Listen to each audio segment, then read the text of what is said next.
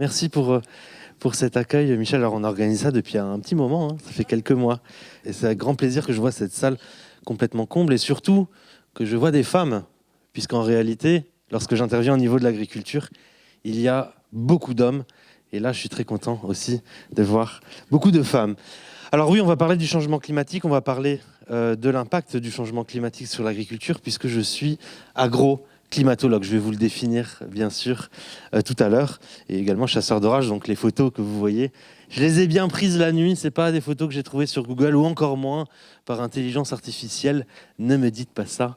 Voilà, donc là, ça fait partie des photos de l'orage qui a été élue plus belle photo du monde, mais ce n'est pas celle-ci.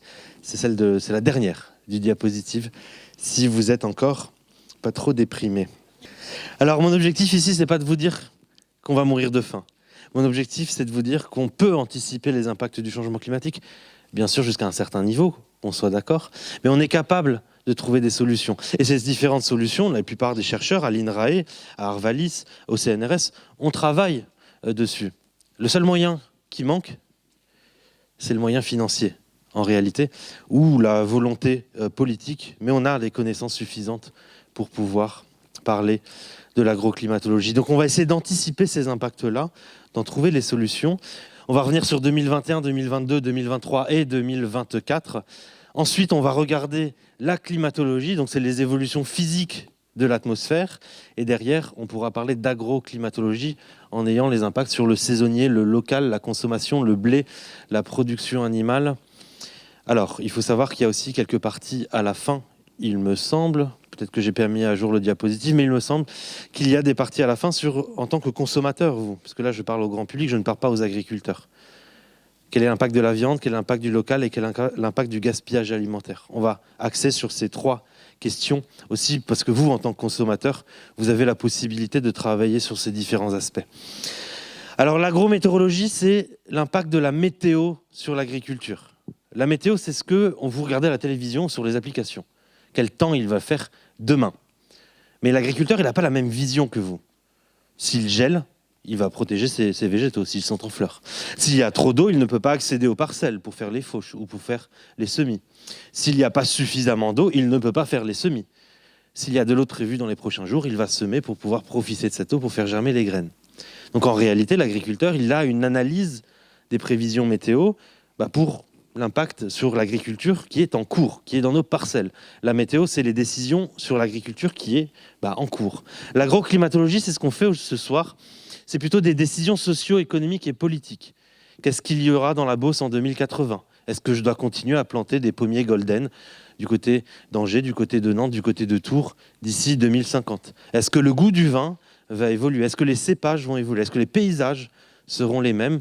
Ou est-ce que le local sera le même en 2050 ? Ça, c'est des questions socio-économiques politiques qui font intervenir vous, les consommateurs, mais également des décisions donc plus d'ordre social et beaucoup plus d'ordre en dehors de l'agriculture en réalité. Bon, je vais revenir sur des choses qui vous vont peut-être marquer. En tout cas, si vous avez un verger, si vous avez un potager, ou si vous vous êtes habitué à regarder les arbres autour de vous, vous allez forcément comprendre de quoi je vais parler. Je commence par 2021. 2021 a été une année marquée par un gel. Pour ceux qui ont un arbre fruitier, il n'y a pas eu de fruits. 2021 était marqué par cette descente d'air froid qu'on a eue ici en avril. Et avant cette descente d'air froid, on avait ce qu'on appelle un faux printemps, juste maintenant. C'était fin mars, il faisait entre 25 et 30 degrés sur le sud-ouest de la France. À Nantes, il faisait même, il me semble, jusqu'à 25 degrés. Alors de savoir si le problème est le 25 degrés en mars ou le gel d'avril, ça va être clair, il a toujours gelé en avril. C'est pas habituel, c'est pas inhabituel. Jusqu'au sein de glace, vers le 11 mai, en réalité, il gèle. Par contre, d'avoir 25 à 30 degrés en mars, c'est ça qui n'est pas normal. Et le fait d'avoir de la douceur au printemps réveille les végétaux beaucoup plus tôt. C'est ce qu'on appelle un faux printemps, période de douceur à la fin de l'hiver qui réveille les végétaux. Et lorsque les végétaux sont réveillés, lorsque le bourgeon s'ouvre, ils vont être beaucoup plus sensibles au gel. Et donc après une descente d'air froid en avril, on a eu 2 milliards de pertes de rendement. C'est la plus grosse catastrophe agricole nationale depuis 1945. En gros, depuis l'agriculture dite moderne. Moins 59% pour la prune, moins 59% pour la poire de table, moins 30% pour la vigne. C'est ça qui a marqué économiquement, puisque la vigne a une très forte valeur ajoutée. Alors oui, La plus grosse catastrophe n'est pas un gel, n'est pas une sécheresse, et on parle beaucoup trop des sécheresses et des canicules, on parle beaucoup moins du manque de froid ou du froid en avril. Ça, on va le voir aussi. Ce sont des choses nouvelles que vous allez peut-être apprendre, des mots nouveaux, tout sans oublier bien sûr les canicules et les sécheresses. D'ailleurs, en parlant de ces canicules et de ces sécheresses, on a enchaîné sur 2022 avec 3 canicules et une sécheresse majeure. C'est quel pont ou viaduc? Facile. Ouais, c'était niveau facile, là, hein. Bon, vous êtes loin, moi j'habite juste à côté et je vais souvent faire des photos d'orage. Ça fait 10 ans que j'essaye d'avoir un éclair sur le viaduc. Et il n'y en a pas. Voilà. Alors, en 2022, on a eu cette dépression là au large du Portugal, et à l'avant de la dépression, vous avez un vent chaud qui s'appelle le sirocco, qui apporte du sable d'ailleurs, mais aussi sécheresse et canicule. Cette dépression est restée positionnée une bonne partie de l'été, ce qui a fait qu'on a eu l'été, le deuxième été le plus chaud et l'année la plus chaude en 2022. Cette situation d'ailleurs, on l'a eue la semaine dernière. La semaine dernière, on avait une dépression au large du Portugal, un vent chaud, il faisait 23 degrés jusqu'à 30 degrés au pied des Pyrénées. Maintenant, on a une énorme descente d'air froid, donc nos végétaux aussi, ils ont souffert cette semaine, parce que, je ne sais pas si vous avez remarqué, il y a certains végétaux qui débourrent et qui font des fleurs, là, ils se croient au printemps, hein. En fait, là, ils ont pris comme un gel d'avril. Ils ont complètement gelé. Et ce qui fait que ce décalage qu'on appelle de phénologie, donc de stade de développement des cultures, ce bouleversement, on le verra tout à l'heure, provoque en fait des dégâts chez les végétaux, et cette accumulation de dégâts provoque au bout d'un moment la mort de l'arbre. Donc on verra ça pour les forêts tout à l'heure. Maïs, blé. Perte de rendement conséquente pour le maïs. Nord de la France, moins 5. Sud de la France, moins 54. Moins 54, ça veut dire que 2-3 années de suite comme ça, c'est pas viable économiquement parlant, notamment chez les maïsiculteurs du sud-ouest de la France qui ont beaucoup de maïs, du moins de poids économique dans leur entreprise. Le blé, cette fois-ci, il y a eu encore ce décalage nord-sud, avec des hausses dans le nord de la France et des baisses dans le sud. Donc là, ce qu'on retient de cette diapositive, c'est 2 aspects. Le nord de la France est moins concerné que le sud, même s'il est concerné, et il peut y avoir des hausses de rendement avec le changement climatique. Il faudra apprendre à chercher quelle culture peut s'adapter pour pouvoir en fait, les pratiquer dans les rotations agricoles. Alors là, vous avez un petit monsieur qui promène son chien. Et je trouve cette figure très, très intéressante. D'ailleurs, je crois qu'elle est dans la BD, c'est comme on s'en est inspiré, Anna le confirme. Alors, vous avez le monsieur qui promène son chien, là, il trace une trajectoire, c'est la trajectoire en bleu, c'est le changement climatique.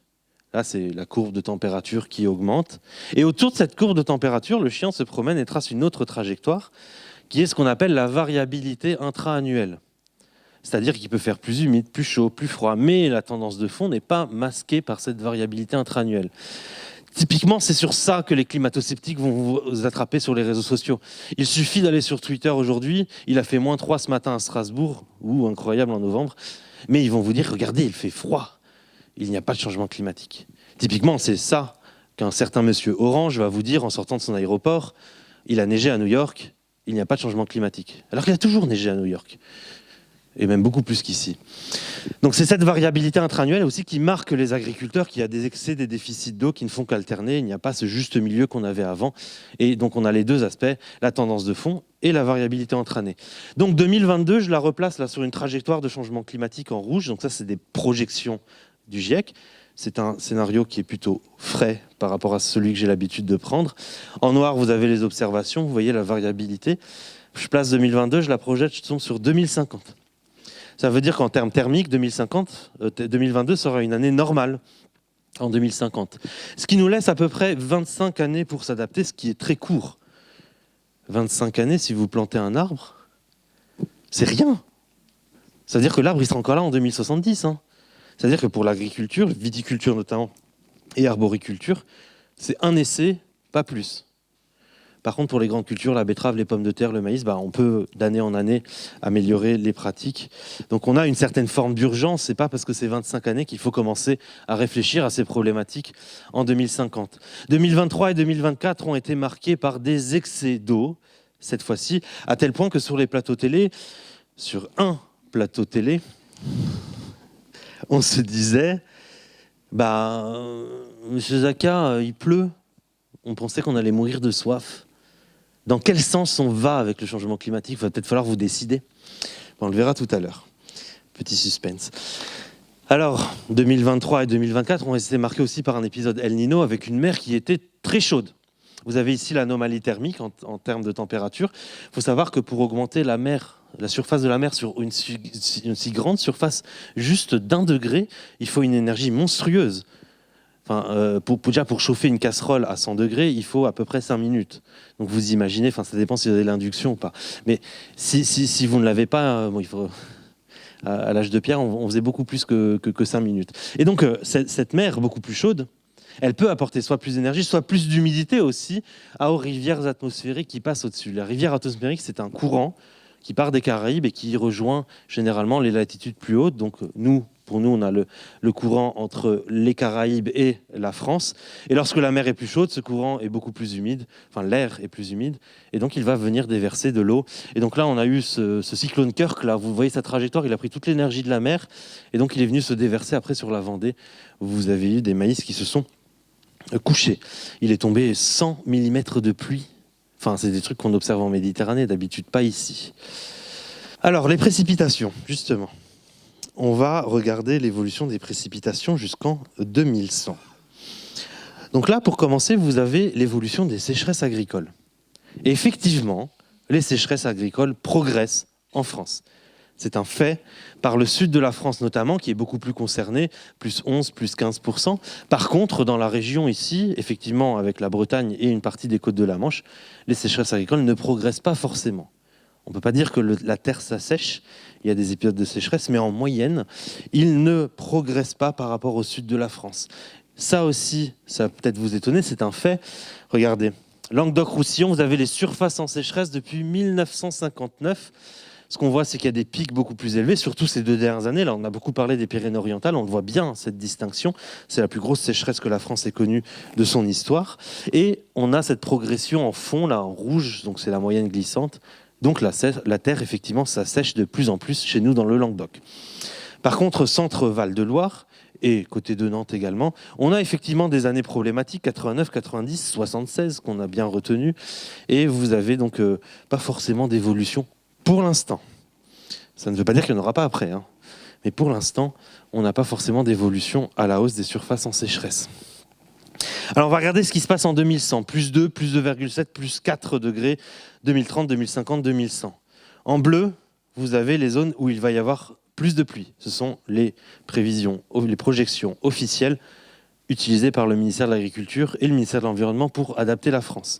C'est la traque, on appelle ça, juste ici. D'ailleurs, toutes mes sources scientifiques sont là. Tout est basé sur des faits.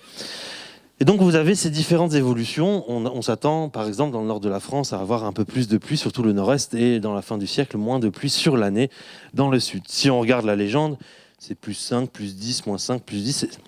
C'est pas énorme comme évolution. Alors, vous allez me dire, pourquoi je suis là, dans ce cas-là, pour vous dire qu'on aura la même quantité d'eau à l'année. Effectivement, c'est le cas sur une bonne partie de la France, Nantes comprise. Vous l'avez juste là, en hachuré, ça veut dire qu'on est plutôt stable, qu'il y a de l'incertitude dans les modèles sur l'évolution. Alors, là, c'est des données climatiques, je vous explique. 1950-2100, Notre-Dame-des-Landes, souvenir. Soulaine en Aubaine, en gros, ça c'est plutôt Angers. Loches, c'est plutôt Tours. Et là, vous avez Balma, c'est plutôt Toulouse. C'est juste que j'ai pris le point climatique le plus proche, je m'excuse du nom de la ville. Alors vous avez donc les cumuls de pluie sur l'année. Vert, c'est le scénario froid, rouge, c'est le scénario chaud. Vous voyez bien, on a une énorme variation déjà entre les années, et il n'y a pas forcément d'évolution. En tout cas, la variation entre les années est beaucoup plus importante que l'évolution. Dans ce cas-là, on dit statistiquement qu'il n'y a pas d'évolution. Ça veut dire qu'il va même tomber la même quantité d'eau à l'année, sauf à Toulouse, on peut distinguer d'ailleurs une petite baisse à la fin du siècle. Vous voyez ici. Bon, pour l'instant, pas trop de problématiques. Vous savez que l'agriculture est une activité saisonnière. On ne va pas cultiver un maïs en hiver, ni un blé en été. Et en réalité, il faut regarder au niveau des saisons pour comprendre la problématique. Hiver, été, on s'attend à avoir plus d'eau en hiver, c'est-à-dire que pour le blé, on aura des problématiques d'excès d'eau. Le blé, on le sème en ce moment, ou il y a quelques semaines, quelques jours, jusqu'au mois de juillet. Donc lui, il aura des problèmes d'excès d'eau. Tandis que le maïs, le tournesol, le soja ou la prairie, elle pousse plutôt en été. Et là, il y aura un problème de déficit d'eau, puisqu'en été, on s'attend à moins de pluie. Donc si je reprends mes différentes figures régionales, regardez Notre-Dame-des-Landes qui n'est pas très loin. On a effectivement un petit peu plus d'eau sur l'hiver et encore c'est un peu timide la tendance. Pareil sur les autres régions. Par contre à Toulouse c'est pas le cas. Je regarde maintenant l'été. Donc là on voit bien la descente.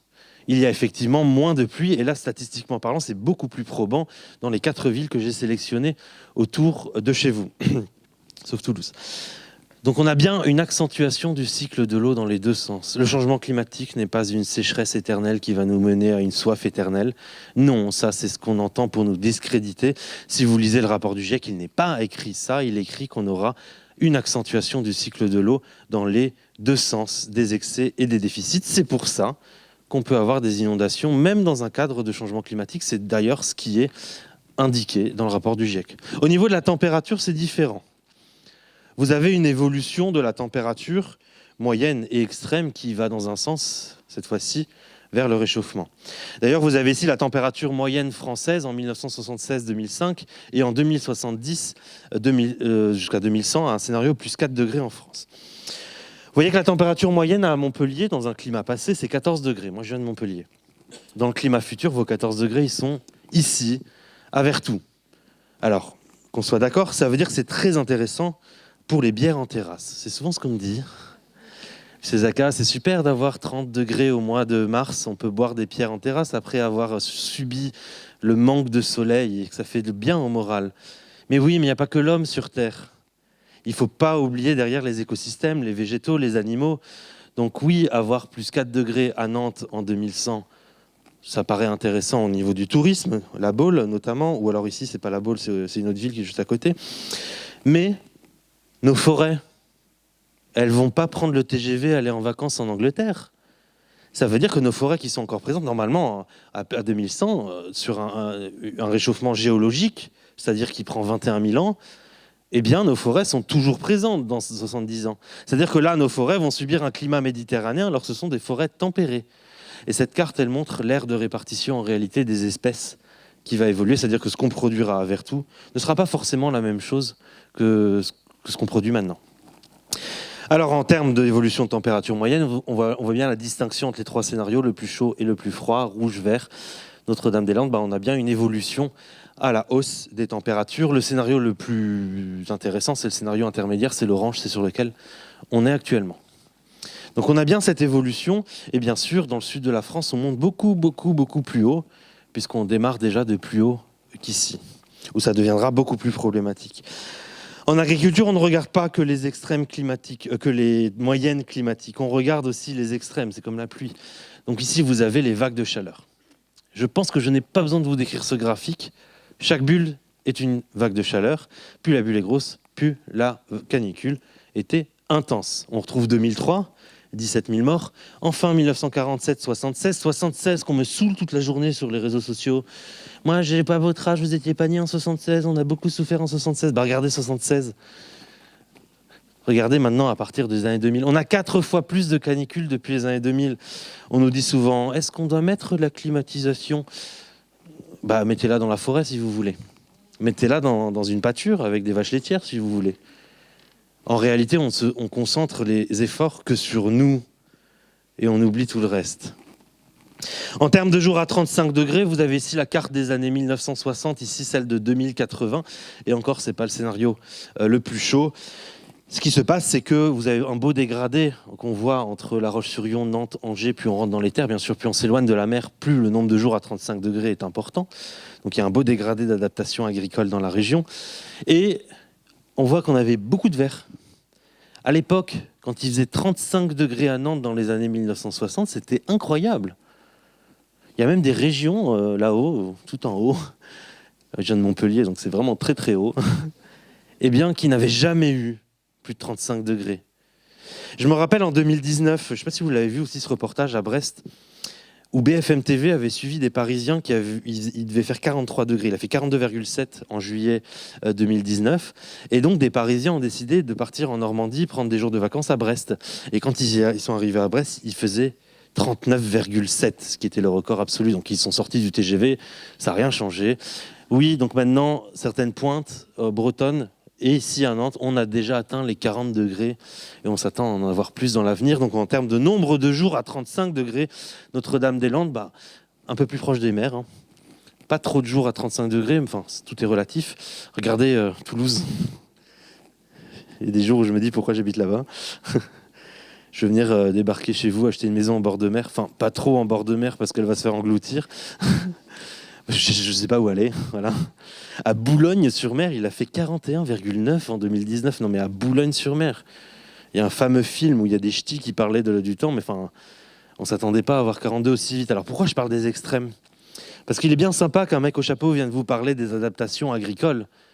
Mais il y a une certaine limite génétique et physiologique qu'on ne peut pas dépasser dans le réchauffement climatique. Quand on m'a envoyé le rapport de l'État français, là, il y a 6 mois, qu'on m'a dit, voici la France à plus 4 degrés, adaptons-nous. J'ai pas appelé, mais la ministre de l'Environnement m'a commandé une visio et j'ai répondu. Et puis, je lui ai dit, oui, je critique ce rapport parce que vous m'avez demandé, qu'est-ce qu'on fait ? Du coup, là, il y a 48, 50 degrés, là. Du coup, est-ce que vous pensez que si on mettait des arbres dans les pâtures, ça pourrait régler le problème ? Ou on peut peut-être passer de la vache laitière à la chèvre, ou alors on peut faire de l'agriculture de conservation des sols ou de la permaculture. On peut peut-être des tonnelles au-dessus de notre tomate. Je lui ai dit, non mais 48 degrés, l'agriculteur, il est mort, quoi. Enfin, vous pouvez régler ce que vous voulez, mais il y a une certaine limite. La meilleure adaptation après 2050, jusqu'en 2050 je veux bien, 2070 même, mais après 2050, la meilleure façon de s'adapter, c'est de limiter les gaz à effet de serre. Qu'on soit d'accord, je ne suis pas juste là pour vous dire on va tous s'adapter et tout ira bien. Il y a une limite quand même, politique surtout, à ne pas dépasser. En termes de nombre de jours à 0 degré, parce que je veux qu'on se rafraîchisse avant de passer aux parties agricoles, le nombre de jours de gel diminue. Pareil, c'est intéressant pour les bières en terrasse. Mais, et ça on en parle beaucoup moins, il faut savoir que le froid est très important en agriculture.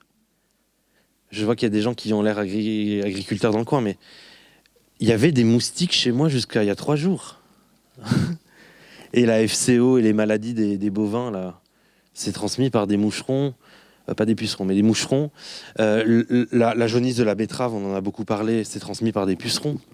Et quand il n'y a pas de gel, tous ces insectes ne meurent pas en hiver. Bon là, ça les a réglés, je peux vous dire, ça va les régler tout le long de la semaine. Mais il faut attendre de plus en plus tard pour voir ces risques de maladies, de vecteurs de maladies disparaître. Ou au printemps, ils arrivent aussi plus tôt. Et quand il y a peu de gel en hiver, on a une reproduction latente des moucherons, des moustiques dans les maisons, dans les toitures, tout ça. Et du coup, forcément, le risque de maladie est plus important. Mais encore plus important, je ne sais pas si vous connaissez le mot vernalisation. Il y en a qui le connaissent. Les arbres, ils ont besoin de froid pour fleurir. Les arbres tempérés, je dis bien. Et donc, le froid est très important dans la saisonnalité des végétaux. Un arbre, comme l'arbre golden, il a besoin de 1000 heures en dessous des 7,2 degrés pour fleurir. L'abricot bergeron, 800 heures en dessous des 7,2. Le cassis de Bourgogne, 1400 heures en dessous de 7,2. S'ils ne les ont pas, mais ils ne fleurissent pas au printemps, ou alors ils ont une floraison qui n'est pas fertile. Du coup, il est très important pour toute l'arboriculture de réfléchir à modifier toute la géographie de nos arbres. Je dis ça comme ça, mais c'est violent. Là, c'est la remontée du niveau de la mer. Vous avez par exemple Nantes, je le mets pas sur toutes mes conférences, à Dijon. Je veux dire, le jour où on aura la mer à Dijon, vous serez tous morts. Mais moi aussi. Alors à Nantes, on a bien cette remontée du niveau de la mer qui va grignoter des terres agricoles, le Marais au nord et la Camargue au sud. On perd des terres agricoles. Alors c'est très peu de terres agricoles, c'est surtout l'urbanisation qui pose problème à ce niveau-là. Donc là, c'est 2100. C'est pas lointain, 2100 pour une maison. 2100, en fait, Noirmoutier peut-être, ou je sais pas où, on sera sous l'eau. Voilà. Et c'est pas le scénario le plus chaud, je précise. Allez, maintenant on va passer aux parties agricoles. On passe sur la physique de l'atmosphère. Ce sont des notions que j'espère que vous connaissez. Maintenant, on va parler plutôt de la saisonnalité de nos végétaux. La saisonnalité, c'est le printemps, l'hiver, l'automne. C'est ce qu'on a appris à l'école En réalité, moi, je me rappelais qu'à l'école, on me disait les fleurs s'ouvraient au mois d'avril, et puis on venait butiner, et puis après, il faisait très vert en été, et puis après, les feuilles tombaient en septembre, octobre, et à Halloween, on faisait les bonbons, il n'y avait plus de feuilles, et on avait une écharpe. Maintenant, on se tape des floraisons au mois de mars, un gel en avril, des défoliations estivales de nos arbres, donc ils perdent leurs feuilles à cause de la chaleur. On a une floraison qui revient au mois de septembre, tout le monde prend en photo Instagram en se demandant qu'est-ce qui se passe. Puis après, on a un gel qui arrive pour nettoyer cette floraison. Et moi, j'ai fait Halloween en t-shirt, avec mes enfants qui étaient en short, parce qu'il faisait 23 degrés le soir d'Halloween. Donc c'est ça la saisonnalité qui bouleverse en fait nos végétaux. Et cette saisonnalité, elle est captable ou observable par ce qu'on appelle la phénologie. C'est les stades de développement de culture. Par exemple, pour la vigne, vous avez un stade phénologique très important, où on fait beaucoup de fêtes, ce sont les vendanges. C'est le dernier stade en fait, où on récupère la grappe pour faire du vin. Et ces vendanges sont notées à Beaune depuis 1659. Ça, c'est une archive en fait climatique. À l'époque, on ne savait pas comment on la faisait, mais avant, on avait les dates de vendange entre le 23 septembre et le 3 octobre. Et vous voyez cet énorme décrochage qui correspond en fait à des étés plus chauds, des vendanges plus précoces. Et cette précocité s'observe partout.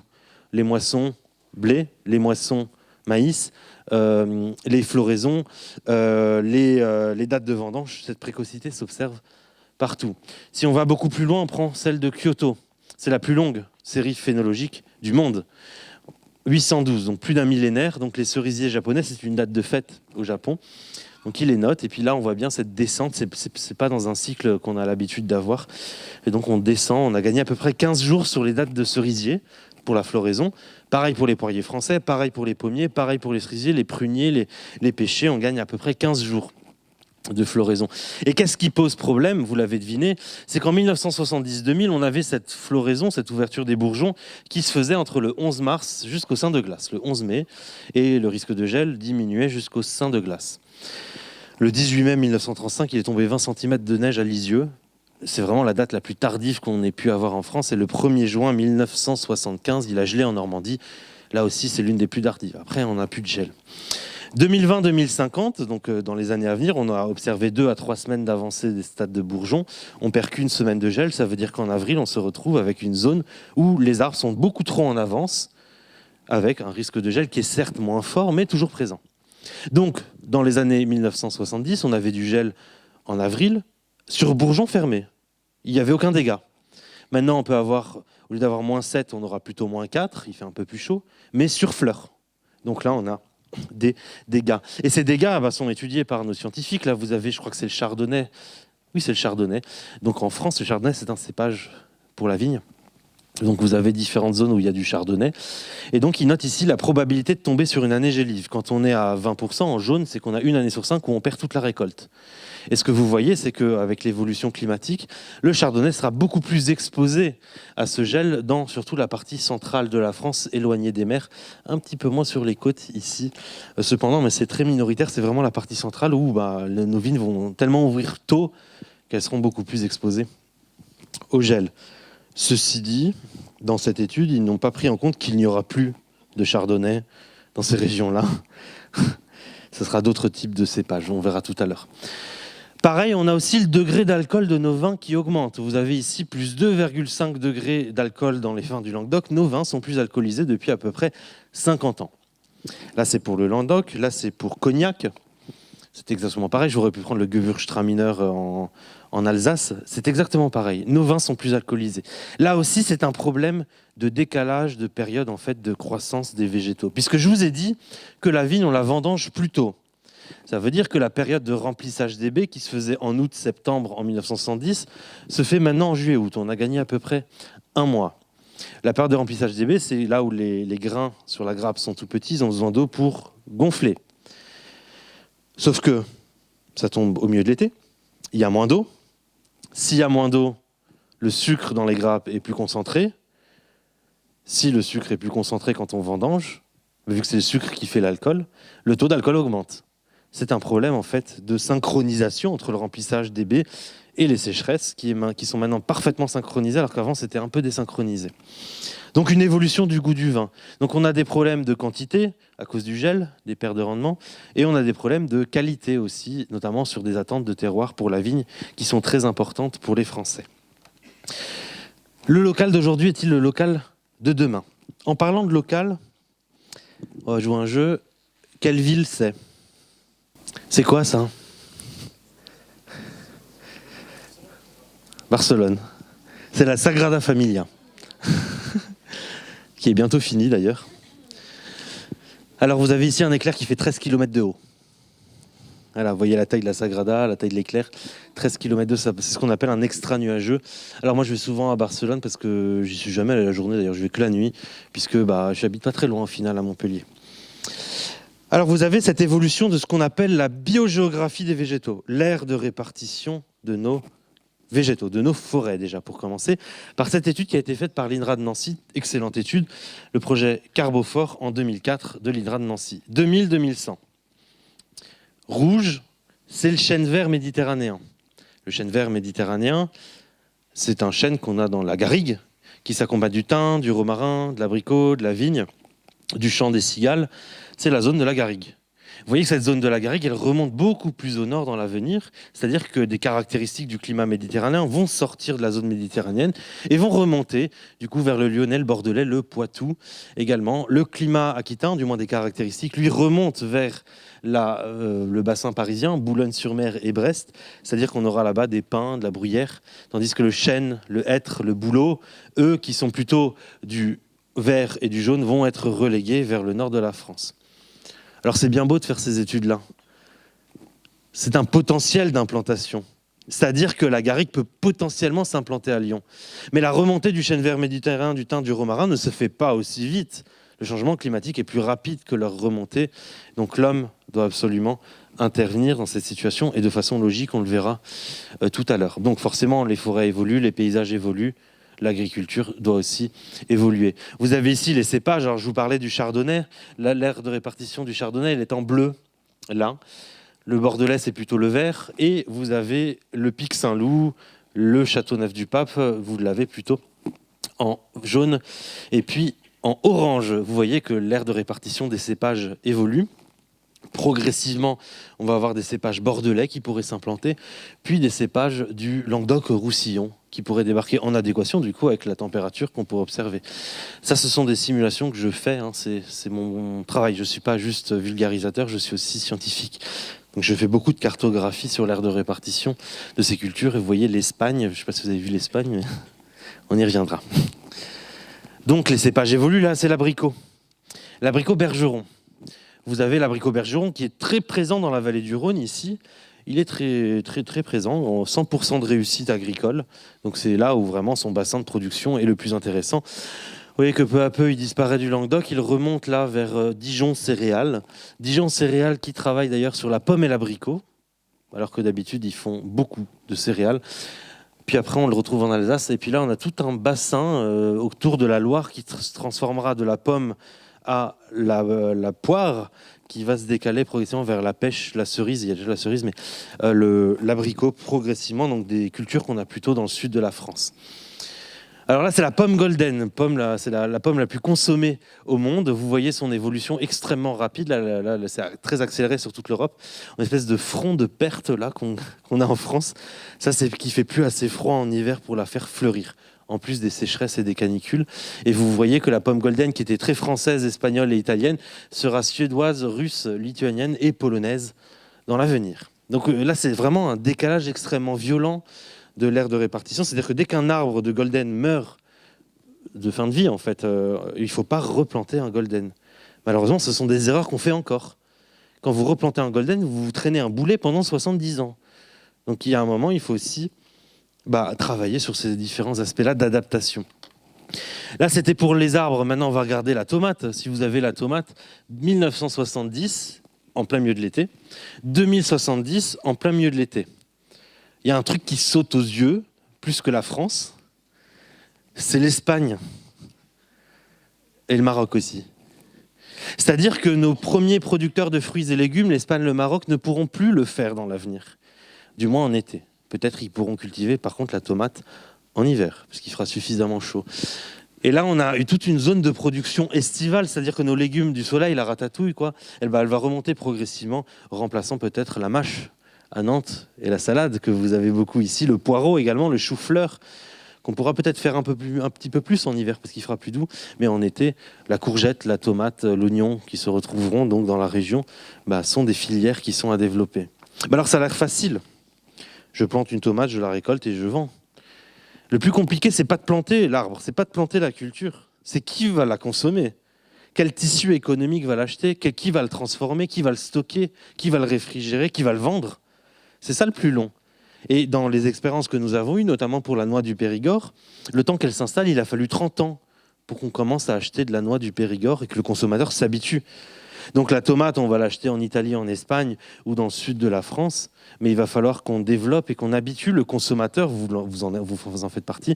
Si vous avez de la tomate de Nantes un jour qui débarque dans vos rayons, achetez-la, parce que ça aidera les agriculteurs justement à développer cette filière. Certes, elle coûtera plus cher, mais en tout cas, elle sera locale.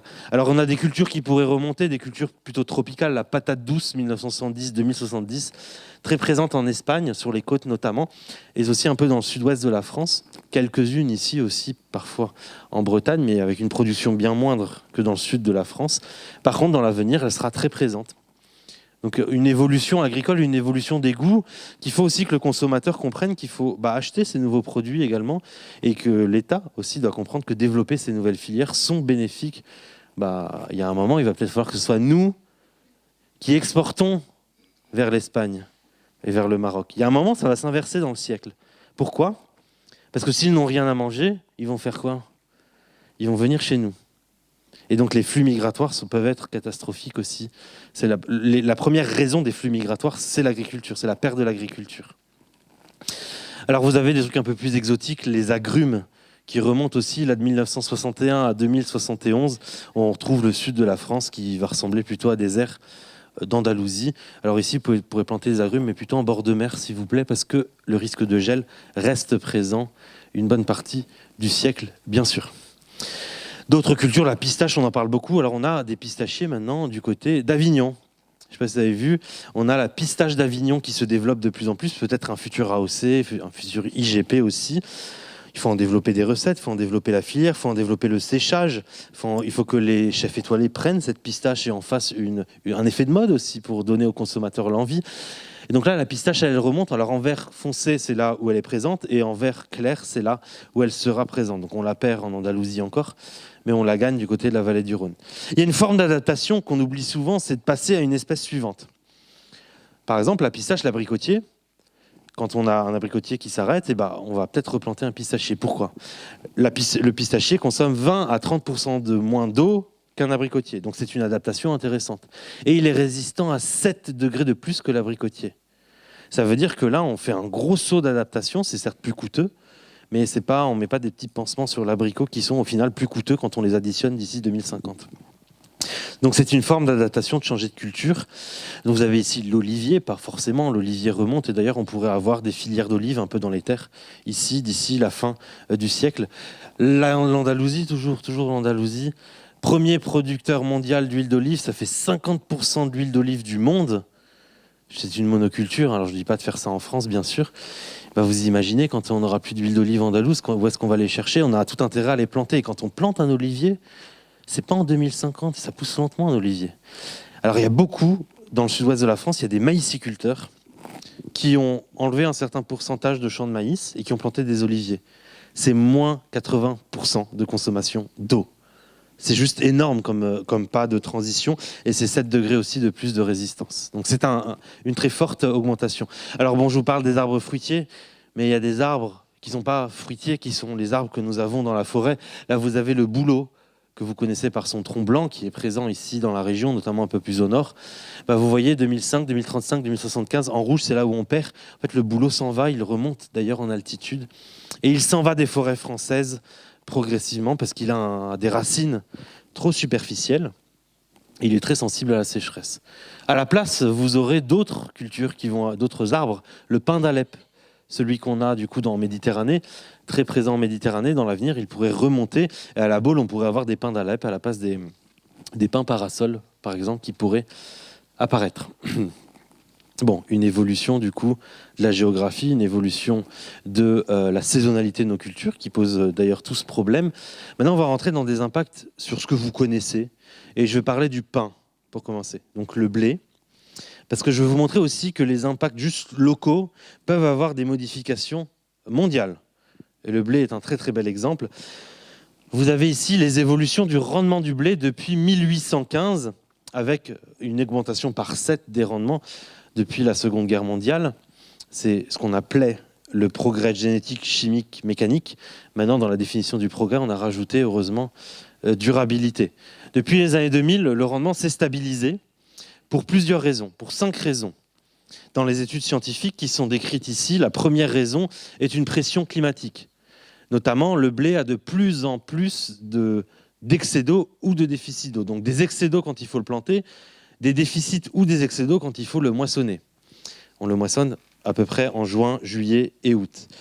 Donc c'est un problème climatique. Après, il y a d'autres problématiques, notamment des décisions politiques, des changements dans les rotations des sols, la baisse de fertilité des sols, qu'il va falloir réapprendre à faire augmenter, et l'effet de l'ozone, mais qui est pour l'instant en débat et qui est pour l'instant en étude. Donc une stabilisation, à majorité, la raison est climatique. Donc si je regarde ensuite les évolutions françaises et européennes, vous avez dans la partie nord de l'Europe une hausse qui est attendue avec le changement climatique. Dans la partie sud, vous avez une baisse des rendements du blé qui est attendue avec le changement climatique.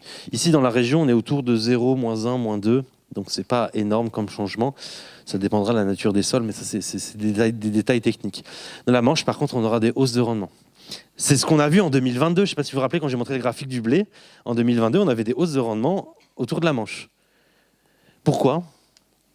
Il y a une molécule que je n'ai pas encore prononcée, c'est le CO2. Le CO2 est un fertilisant pour le blé, à condition qu'il y ait de l'eau. Parce que dans l'équation de la photosynthèse, là où on récupère le CO2, il faut de l'eau pour faire tourner cette équation. Ça veut dire qu'au nord de l'Europe, on aura suffisamment d'eau sur la saison de culture du blé et que le CO2 augmente, donc le rendement peut augmenter. Pour la partie sud de l'Europe, il y a plus de CO2, mais vu qu'il y a moins d'eau, là, le rendement diminue. Et vous voyez la problématique arriver, c'est que l'aire de répartition de la production du blé, elle shift vers la Pologne, l'Ukraine, la Biélorussie, la Russie, qui ne sont pas sur cette image-là.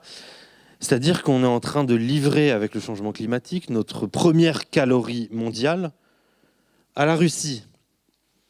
Russie qui était, il y a 15 ans, importatrice de blé, elle n'en faisait pas suffisamment. Et depuis 15 ans, c'est la première exportatrice mondiale. C'est-à-dire qu'un certain président, Vladimir Poutine, quelque chose, je ne sais pas comment le nommer, Vladimir Poutine, il a bien compris que le changement climatique lui est favorable. D'ailleurs, c'est pour ça qu'il ne va pas forcément y lutter. Pour son agriculture, ça diminue le nombre de jours de gel, ça augmente la fenêtre de culture dans l'année, puisqu'il y a moins de jours de gel, ça diversifie aussi les variétés de blé qu'il peut planter. Il n'a pas les mêmes normes environnementales que nous, et donc il peut produire à outrance et déverser ensuite tout ça sur les marchés.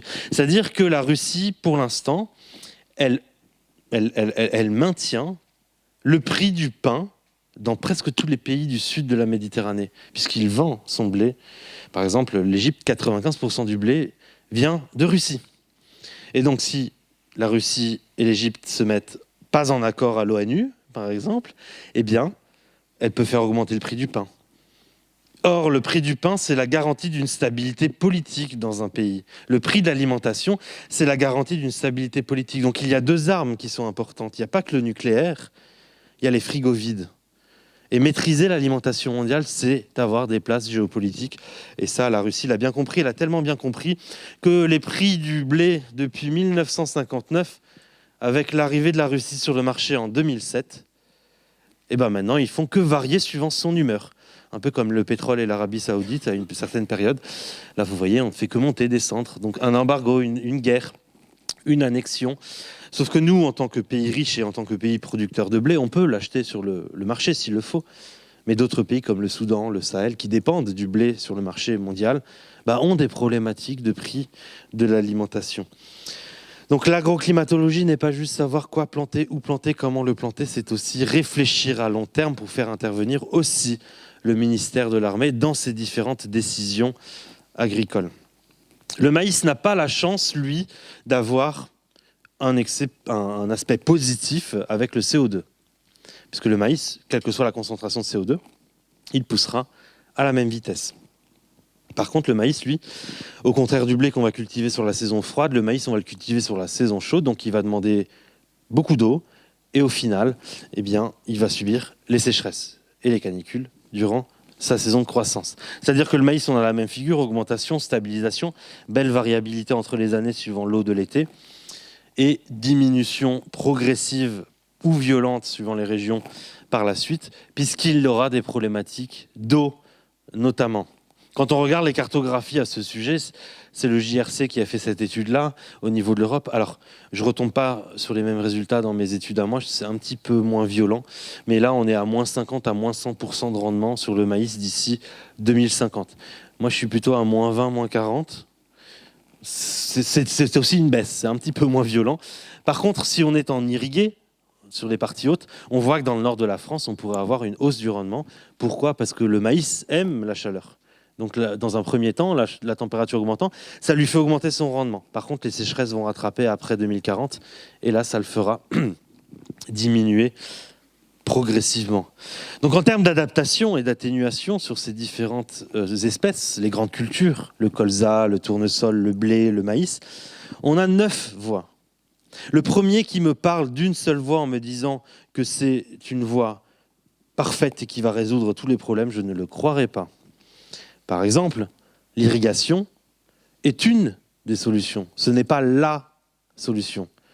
Dans certaines régions, les nappes phréatiques ou les réserves en eau ne suffiront pas pour irriguer un maïs jusqu'en 2050, puisque 2 années, voire 5 années sur 10, on ne pourra pas les remplir parce qu'il n'aura pas suffisamment plu en hiver.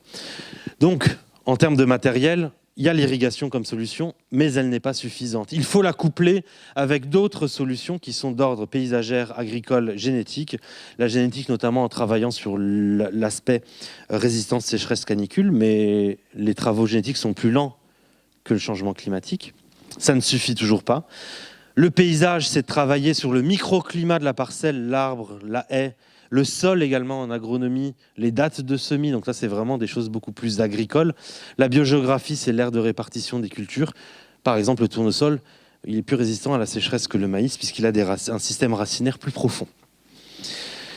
Et après, il y a d'autres types de recherches, le numérique, la recherche, le sociétal, le politico-économique, mais je ne vais pas forcément les aborder. J'aurai des parties sur le paysage et l'agronomie tout à l'heure. On a fait la partie biogéographie, donc l'aire de répartition des cultures, juste avant. On va parler des animaux. Parce que les animaux aussi subissent le changement climatique. Ça, on l'oublie tout le temps. Parce que les vaches laitières sont aussi des mammifères. Et on ne va pas leur installer la clim dans les pâtures. Enfin, on a bien une piste de ski en Arabie Saoudite, donc où ils ont installé la clim aussi à Riyad, je crois, dans les rues. Bah oui, on pourrait installer la clim dans les pâtures. Et puis continuer à polluer. Derrière, de toute façon, on pourra augmenter la clim, et puis voilà. Non, en réalité, nos mammifères subissent aussi les impacts du changement climatique. Vous avez ici température, humidité. Plus il fait chaud, plus il fait humide, plus la vache laitière est dans un inconfort jusqu'à sa mort. C'est pas du catastrophisme, c'est la vie. Et l'homme aussi, à partir d'un certain moment, il fait trop chaud, trop humide, et il meurt. On a une limite génétique aussi. Dans un premier temps, si la canicule dure 1 à 3 jours, la vache laitière va moins manger, tout comme nous. Être humain, quand il fait chaud, normalement, on se dirige vers les tomates, la pastèque, le melon. C'est pour ça qu'ils les mettent d'ailleurs, quand il y a les canicules, à l'entrée du magasin, parce que notre consommation dépend de la température.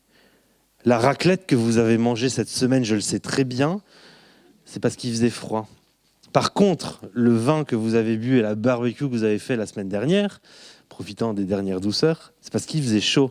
Votre consommation dépend. La vache laitière, c'est pareil. Alors, je sais que la fête du cassoulet est au mois d'août. Normalement, un cassoulet, on n'est pas censé le manger en plein milieu de l'été, et que ceux qui habitent dans les Alpes, ils mangent de la raclette aussi au mois d'août. Normalement, un mammifère, quand il a chaud, il mange moins. L'homme, peut-être, a quelques particularités. Mais en tout cas, la vache, elle, elle mange moins quand il fait chaud. Si elle mange moins, elle fait moins de lait. Ensuite, c'est que son énergie corporelle va être redistribuée vers ce qu'on appelle la ventilation, par la respiration. C'est pour ça qu'un animal, quand il a chaud, il respire vite, parce que contrairement à l'homme, la vache ne transpire ou très peu par la peau. Elle ne régule pas sa température par la peau, par la transpiration, elle la régule par l'évacuation de l'eau en fait par la bouche. C'est pour ça qu'elle respire plus vite. Et ça lui demande de l'énergie, donc c'est de l'énergie en moins pour le lait. Donc si la canicule dure plus de 3 jours, on aura des problèmes de reproduction, de défense immunitaire, de mammites, d'inflammation mammaire, etc., qui posent des problématiques économiques à moyen terme. Mais on ne parle pas que de l'économie, on parle aussi du bien-être animal. Quand il fait chaud, on a un mal-être animal qui s'installe. Donc il n'y a pas que l'aspect économique. Ici, vous avez une étude qui a été faite en 2010, une très intéressante étude d'ailleurs, je l'aime beaucoup, de l'indice THI qui augmente, température, humidité, indice. C'est le seuil, plus il fait chaud, plus il fait humide, plus cet indice augmente. Et là, c'est la production de la vache laitière. À partir de 68, la production diminue. Ça montre bien que la vache laitière n'est pas moins productive, en tout cas quand il fait chaud. Donc je prends cette équation et je l'applique sur les séries du GIEC. Et je tombe sur différents résultats qu'on verra tout à l'heure. Il y a deux aspects aussi qui accentuent cette forte chaleur. C'est le manque d'arbres dans certaines pâtures. Ce n'est pas le cas dans toutes les régions, mais dans certaines, oui. Et c'est aussi le bâtiment d'élevage. Là, vous avez un bâtiment sans aération latérale, sans ventilateur, sans brumisation, avec des lucarnes en haut. En fait, là, c'est une étuve, quoi. S'il fait 42, ça c'est souvent en Bretagne, parce qu'à l'époque, on avait besoin de réchauffer les étables, mais maintenant, c'est plus le cas. Quand il fait 40 degrés dehors, là-dedans, il fait 45, même plus. Avec l'humidité, en plus, il fait plus chaud. Donc le bâtiment d'élevage est une des principales adaptations. Derrière, lorsque je regarde les risques de perte de production de lait entre l'extérieur, donc à l'ombre, bâtiment isolé, ventilé, brumisé et des douches et de l'eau, bâtiment mal isolé, c'est un ancien bâtiment qui n'a pas forcément beaucoup d'aération. Vous voyez, les pertes de rendement sont très différentes. Une pâture, ici, on aura à peu près moins 12, moins 15%, alors que dans le sud de la France, on sera à moins 25%, ce qui pose la question vraiment du bien-être animal. En fait, est-ce qu'il faut continuer à avoir des vaches laitières, notamment de la race Primostein, très sensible à la sécheresse, à la canicule, dans le sud de la France. En bâtiment isolé, on limite les pertes, mais ce qui veut dire que l'animal, il est une partie de l'été à l'intérieur et qu'il ne profite pas forcément des pâtures. De toute façon, les pâtures seront trop sèches. Et puis en bâtiment mal isolé, là, c'est plus de la maltraitance, pour dire les choses clairement. Donc la principale adaptation agricole pour les animaux, c'est le bâtiment d'élevage. Ici, bâtiment d'élevage et arbres autour du bâtiment et dans les pâtures. Le sylvopastoralisme, la production sous les arbres, est intéressante également. Deuxième solution, la race. Mais pour trouver une race de vache, il va falloir des années. Des croisements entre celles du nord et du sud, c'est pas en 3 ans, c'est beaucoup d'années. Donc le changement climatique, lui, est plus rapide. Après, la gestion de l'alimentation, ça, c'est pour un peu plus de technique. Le numérique pour les colliers connectés, ça peut être utile, mais ça ne va pas tout sauver. Et des restrictions plus importantes pour le Sud, mais ça ne vous concerne pas. Je vais parler maintenant, c'est ma dernière partie agricole, après on passe aux questions sociétales. Je vais parler maintenant de tout, sauf de la génétique et de l'irrigation. Je les mets de côté parce que c'est souvent ça qu'on entend à la télévision. En réalité, il y a beaucoup d'autres aspects d'adaptation agricole que ces deux aspects-là. Je rappelle, ce sont des aspects quand même, mais qui sont beaucoup trop mis en avant et pas assez, on va dire, mis avec d'autres types d'adaptation. On va parler des paysages, on va parler du sol. Vous avez un paysage ici typique français après le remembrement, donc l'augmentation des parcelles, on a enlevé des haies, on a enlevé des arbres, on a simplifié le paysage. En fait, sans le savoir à l'époque, on a simplifié nos paysages. Ça veut dire que si je prends une carafe d'eau, je la verse, tout va s'écouler et partir à la mer. Et en simplifiant le paysage, on a fait ce qu'on appelle l'accélération de la course de l'eau sur le continent. Ça veut dire que l'eau va très vite et puis elle n'a pas le temps de s'infiltrer. L'objectif dans l'avenir, c'est ce qu'on appelle l'hydrologie régénérative, c'est de façonner les paysages pour qu'ils ralentissent la course de l'eau.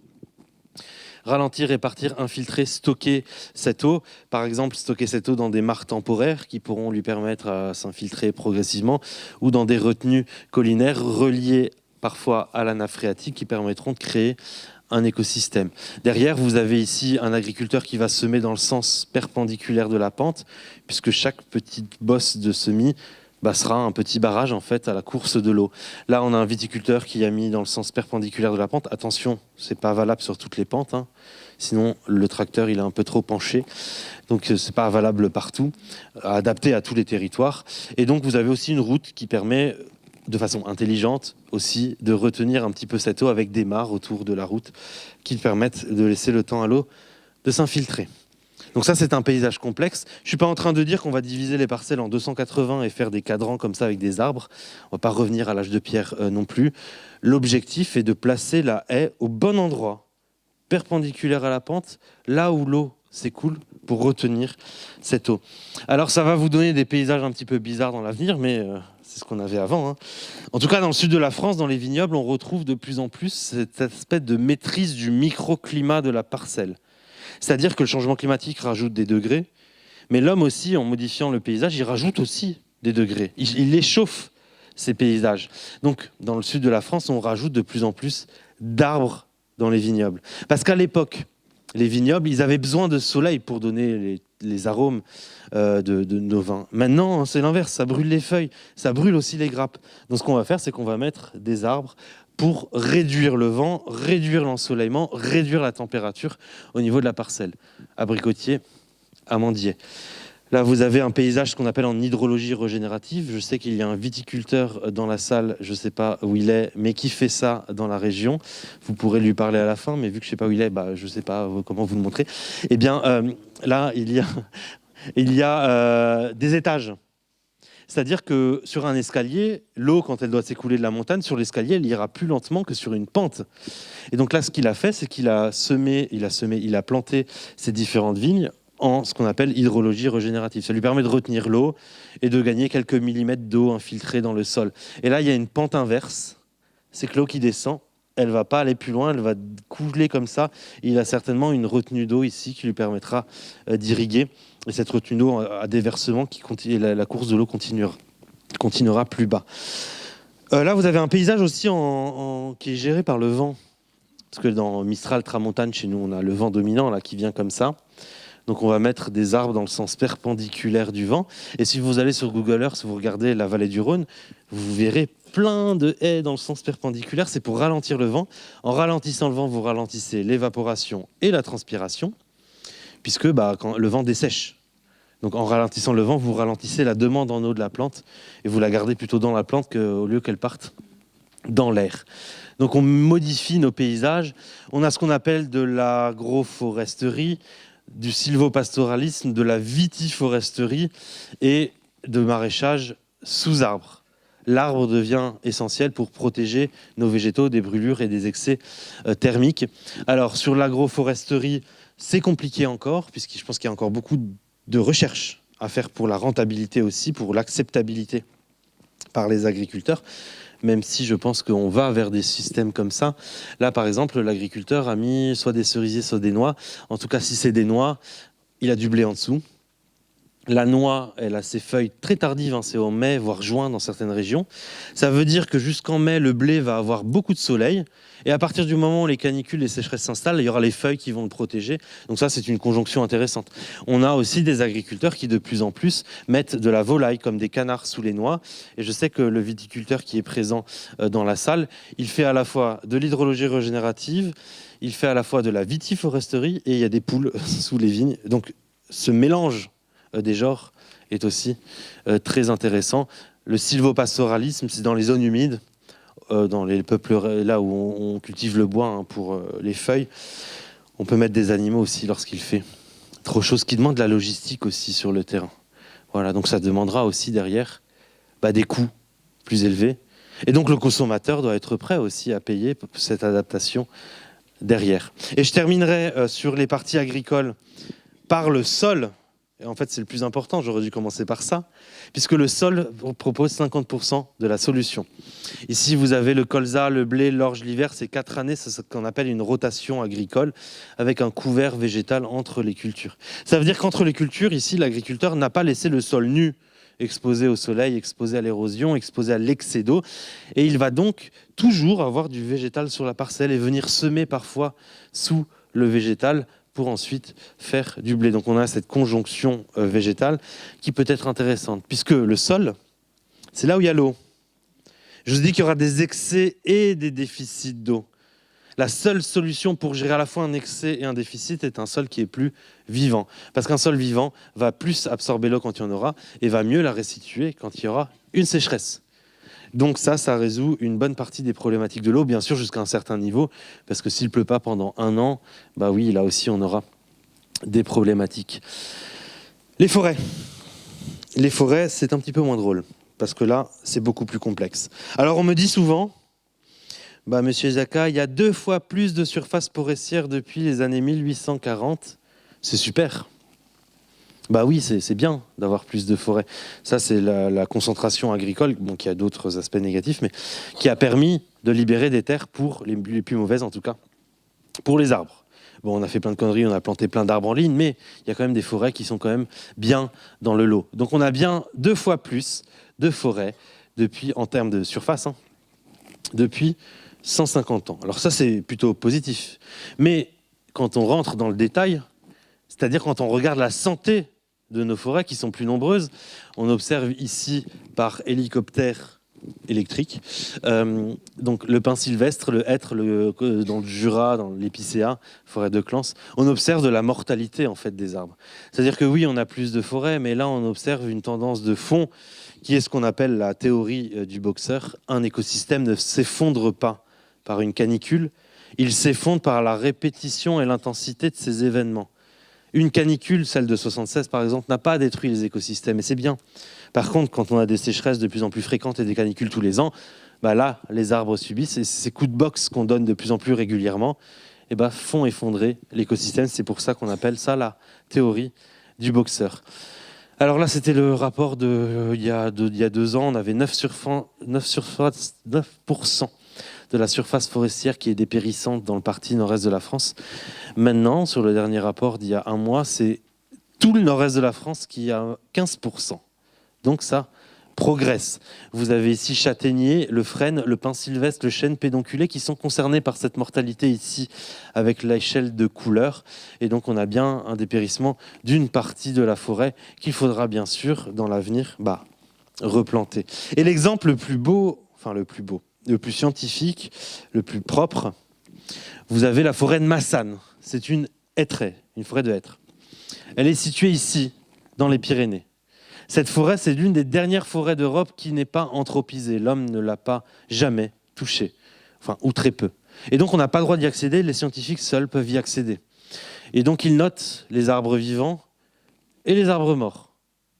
Et je pense que vous voyez de quoi je veux parler, parce que le hêtre, sa biogéographie, son aire de répartition, descend un petit peu au sud des Pyrénées, mais pas plus bas. En fait, on est vraiment très au sud, et le hêtre plus au sud, il ne peut pas s'implanter.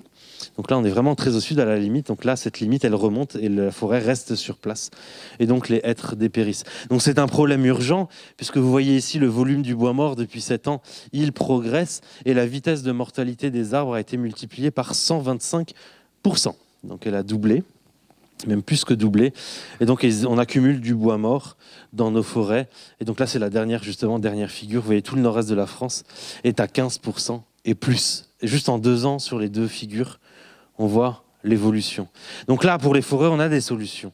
On a des solutions qui sont extrêmement coûteuses, mais encore plus coûteuses que l'agriculture. Vous imaginez même pas le nombre de pépinières qu'il faut pour replanter ces arbres. Est-ce que vous avez déjà entendu ça aux infos qu'on est en train de mettre des pépinières? Non, on ne le fait pas. Et plus on accumule du bois mort. Et donc c'est ce qu'on appelle la migration assistée. Des projets comme MIG-Forest européen permettent de faire remonter les écosystèmes vers le nord sans faire n'importe quoi, s'il vous plaît. C'est-à-dire que les mouvements intercontinentaux doivent être proscrits pour éviter l'invasivité de certaines espèces. Il faut respecter aussi le lien entre ces différents arbres, c'est-à-dire qu'on ne va pas planter des palmiers de Damas dans la forêt de Fontainebleau, parce que là, nos insectes, nos oiseaux vont être complètement perturbés par ce qu'on fait, on va bouleverser l'écosystème. On va plutôt aller chercher des hêtres, des charmes, plutôt dans le Montpellierin et les faire remonter à Fontainebleau pour garder un équilibre d'écosystème. Dans cet écosystème, il faut garder de la diversité génétique. Je ne vous dis pas de replanter en ligne des épicéas pour Noël. Eh bien, vous aurez de la diversité interspécifique entre espèces et intraspécifique entre les espèces, c'est-à-dire du chêne, on varie entre le charme, le chêne, le hêtre, etc.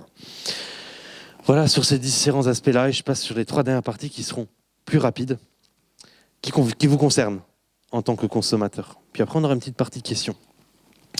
Le gaspillage alimentaire. Si le gaspillage alimentaire était un pays, si je regroupe tous les gaspillages alimentaires dans le monde, ce serait le 3e pays le plus émetteur de gaz à effet de serre du monde. Après la Chine, les USA et l'Inde, et avant l'Inde et la Russie. Pourquoi ? En fait, le gaspillage alimentaire, c'est pas juste je prends ma pomme qui est pourrie et je la jette à la poubelle. Ça, c'est vraiment le plus mineur.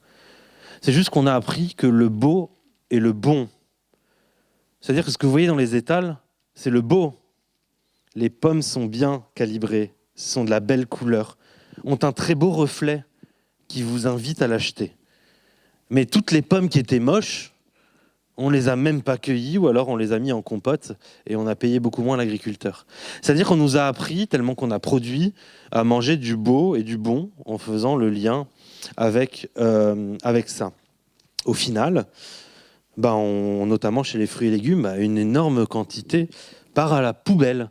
Les carottes si vous avez des carottes dans le jardin, parfois il y a 2 branches. Celles-là, elles sont jamais dans les magasins. 2 branches, on les achète pas. C'est peut-être pas bon, en fait, c'est peut-être toxique.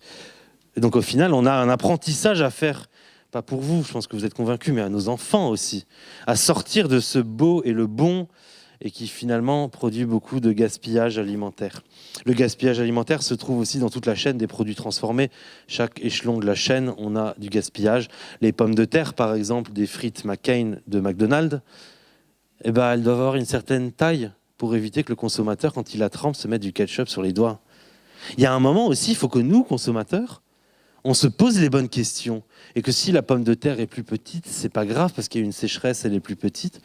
Achetez-la quand même, nous allons la manger.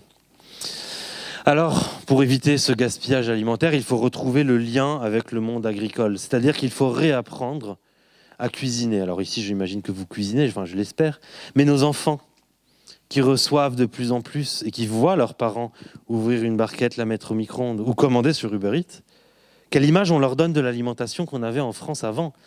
C'est-à-dire que réapprendre à cuisiner, c'est aussi éplucher, couper, et donc donner à nos enfants et leur apprendre à nos enfants, oui, que la pomme, si elle a une petite cabossure, elle est tout aussi bonne que les autres. Oser le moche, je parle des légumes. On est d'accord, hein ? Améliorer le stockage, parce qu'on peut avoir des problèmes de stockage, même si dans les pays développés, on a beaucoup progressé là-dessus. C'est plutôt dans les pays moins développés où on a des problèmes de réfrigération et parfois de gaspillage. Faciliter les dons des magasins, notamment des achats qui ne sont pas été achetés.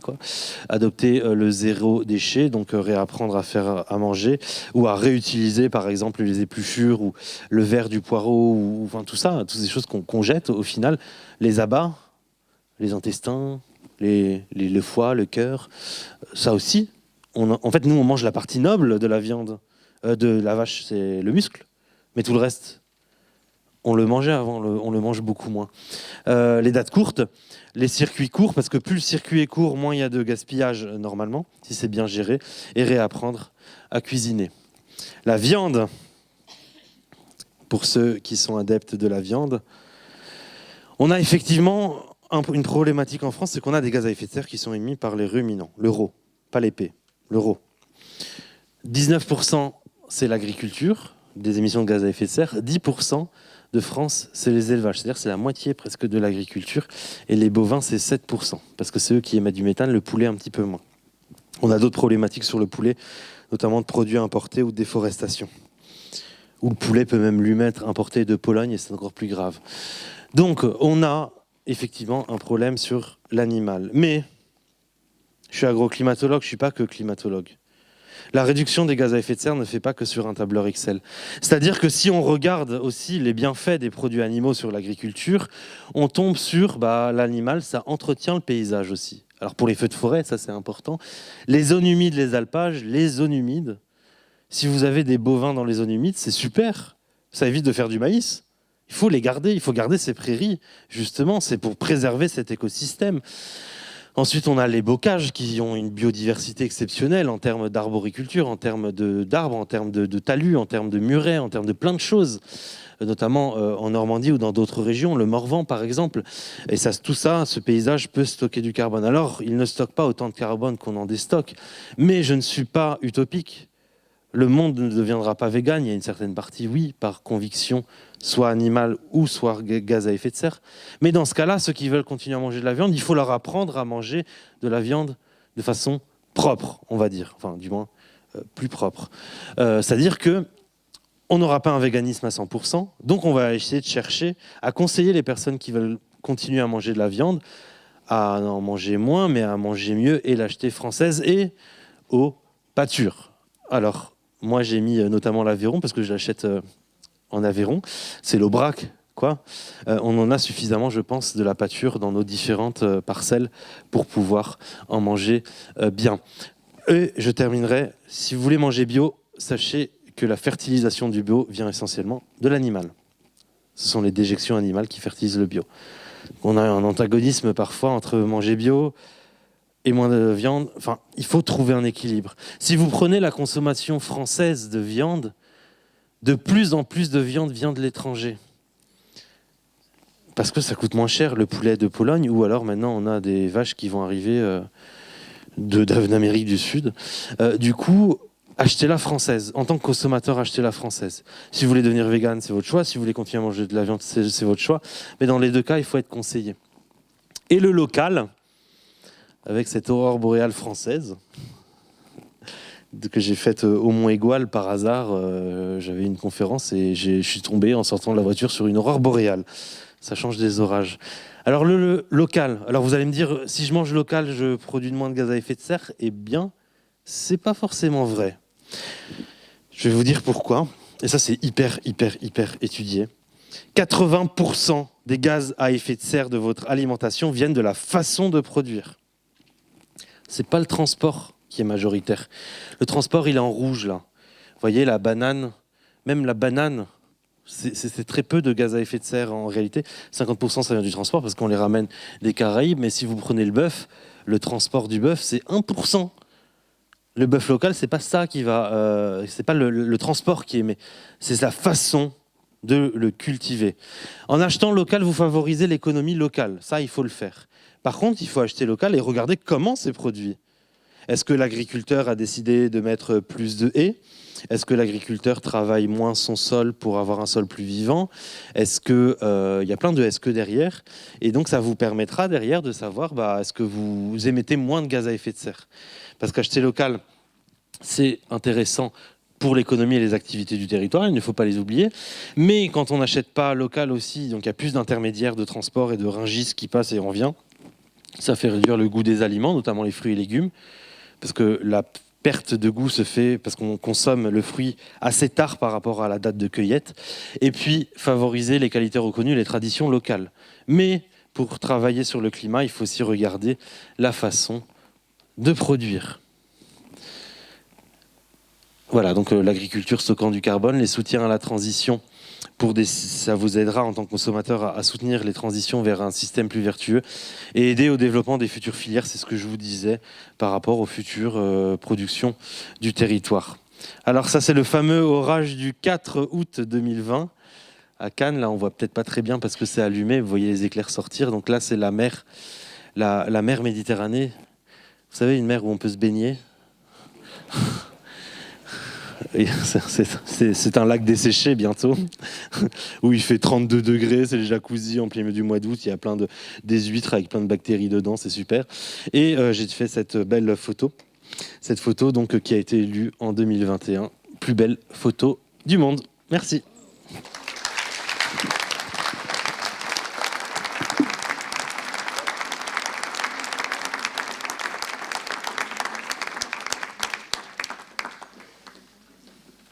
Alors, vous pouvez me poser vos questions sur les sujets en lien avec le sujet que j'ai présenté. Et si je n'arrive pas à répondre à votre question, c'est que je n'ai pas forcément réponse à tout.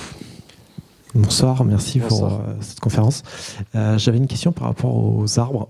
Vous dites qu'en gros, il faudrait, pour les fruitiers, commencer peut-être à transitionner, donc à planter de nouvelles espèces. Mais du coup, est-ce que c'est des espèces qui peuvent déjà produire? Enfin, comment on fait, Ouais. parce que ça évolue vite. C'est ça. Et donc, comment on fait pour mettre un pistachier aujourd'hui, peut-être près de Montpellier? Enfin, est-ce que c'est viable, quoi? Alors, vous avez une période un peu bâtarde. C'est-à-dire que les espèces présentes sur le territoire vont avoir de plus en plus de difficultés à produire.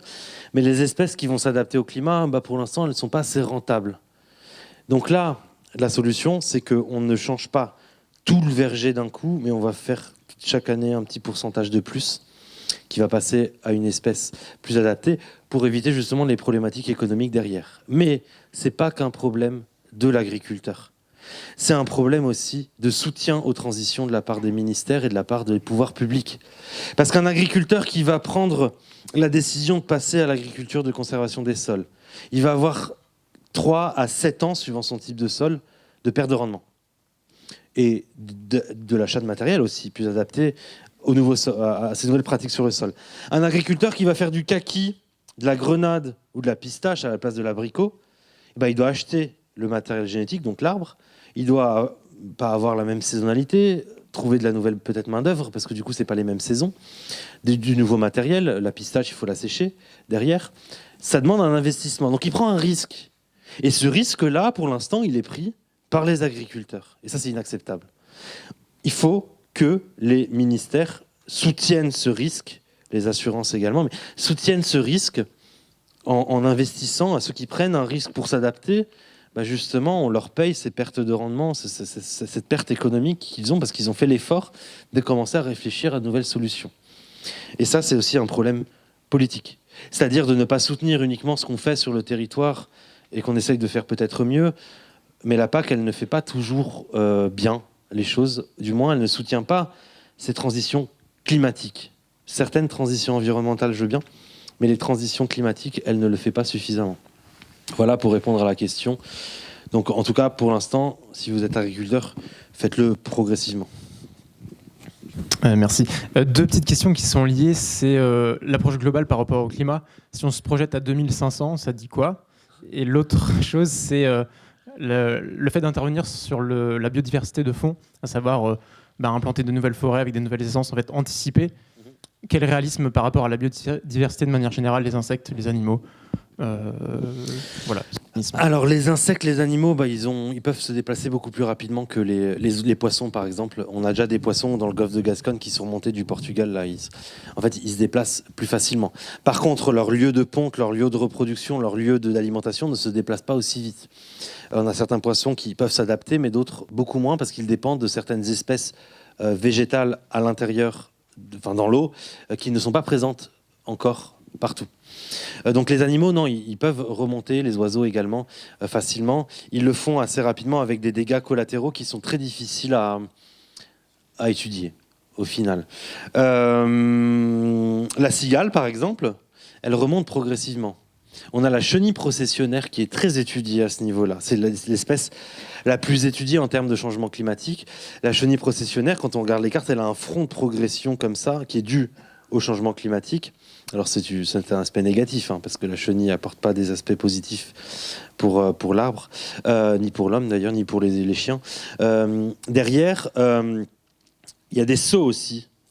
C'est-à-dire que la chenille, à un moment, elle est partie dans une valise, dans une voiture, dans un TGV, et elle fait un saut, et puis elle continue sa progression à l'île, quoi, ou plus au nord. Donc il y a des sauts comme ça qu'on observe, des progressions. Donc les insectes, les animaux, on a une évolution pour la faune et la flore. Il y a des dégâts, mais je ne pourrais pas vous les dire tous parce que c'est pas facile à étudier. Donc ça, c'était pour la première question. La deuxième, c'était quoi? 2500. Alors le GIEC ne fait pas ces prévisions-là parce qu'elles sont hyper... C'est la boule de cristal, quoi. Déjà que c'est compliqué jusqu'en 2100. C'est la boule de cristal. Pourquoi? Parce qu'en réalité, les prévisions climatiques dépendent aussi de la capacité de l'homme à réduire ses gaz à effet de serre. Et on ne sait pas dans quel état sera la société, quelle technologie, quelle consommation. Enfin, tout ce qu'il y a autour de l'homme, on ne sait pas comment ça donnera après 2100. C'est très difficile de se projeter, notamment en cas de guerre. notamment en cas de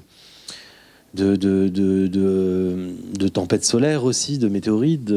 On va tous mourir, quoi, mais... mais c'est difficile, voilà, de se projeter. Par contre, pour les glaces, la calotte glaciaire qui fond, quand vous sortez un glaçon que vous le mettez dans votre Coca Zéro, quoi, ou votre boisson le lait d'amande bio, eh bien, il va pas fondre tout de suite. Il y a une latence. Par contre, pour la glace, dans le rapport du GIEC, il me semble, ou dans d'autres études, on voit bien 2300, 2400, parce que là, le niveau de la mer va continuer d'augmenter. En fait, on lègue à nos enfants, petits enfants, cette problématique de la glace qui va continuer à fondre. Voilà. Bonsoir. Bonsoir. Vous n'avez pas évoqué l'évolution des pollinisateurs, qui sont quand même des auxiliaires importants pour l'agriculteur. Alors, je n'étudie pas les abeilles parce que c'est très particulier. Par contre, les abeilles vont avoir plusieurs problématiques liées aux plantes. Je connais pas les problématiques directement sur la ruche, le chaleur notamment. Je connais les problématiques liées aux plantes. C'est-à-dire que les abeilles vont avoir des problématiques de décalage des saisons de floraison, là. C'est-à-dire qu'on peut avoir ce qu'on appelle une désynchronisation. Ça aussi, on en parle dans le rapport du GIEC. C'est une désynchronisation de la floraison et de la sortie des abeilles. Parce que d'habitude, tout était un peu relié dans l'écosystème. Et là, si la floraison est de plus en plus précoce, est-ce que les abeilles aussi sortent de plus en plus tôt? Deuxième point, s'il y a un gel tardif d'avril comme en 2021, il y a une chute de production annuelle parce que toutes les fleurs sont brûlées. Donc on a une énorme variabilité entre les années suivant s'il y a un gel en avril. Ensuite, on a les sécheresses et les canicules qui font que les floraisons, elles ont aussi du mal avec ces sécheresses et ces canicules. Et après, on se retrouve avec des floraisons en automne où j'ai vu des fleurs butinées dans des cerisiers en fleurs. Donc elles sont complètement bouleversées par ce cycle végétal, ce qui fait qu'on a une énorme variation en ce moment de production du miel due à ces événements climatiques, généralement. Et après, à d'autres problématiques, le varroa ou les pesticides en font partie. Mais par contre, l'impact direct sur les abeilles en tant que ruche et échauffage de la ruche, je ne l'ai pas encore étudié. Mais on me pose souvent cette question, donc je pense qu'à un moment, je vais le faire. J'avais une question très pragmatique. Vous évoquez plein d'infos sur quelle espèce d'arbre mettre en place, quelle plante cultiver. Il y a quoi comme ressources disponibles pour les agriculteurs de toutes ces infos-là bien précises? Alors sur l'agriculture, il n'y a rien. C'est moi qui est en train de le faire en ce moment et c'est très coûteux. Sur les forêts, vous avez cette étude là, development en anglais seed.org. Ça c'est une des études. Et après vous avez, je sais pas si je l'ai là, je l'ai pas. Non, je l'ai pas, mais vous avez Clim Essence, c'est le site français. Clim comme la climatisation. Essence, comme l'essence, avec un S, comme Serge, et .fr.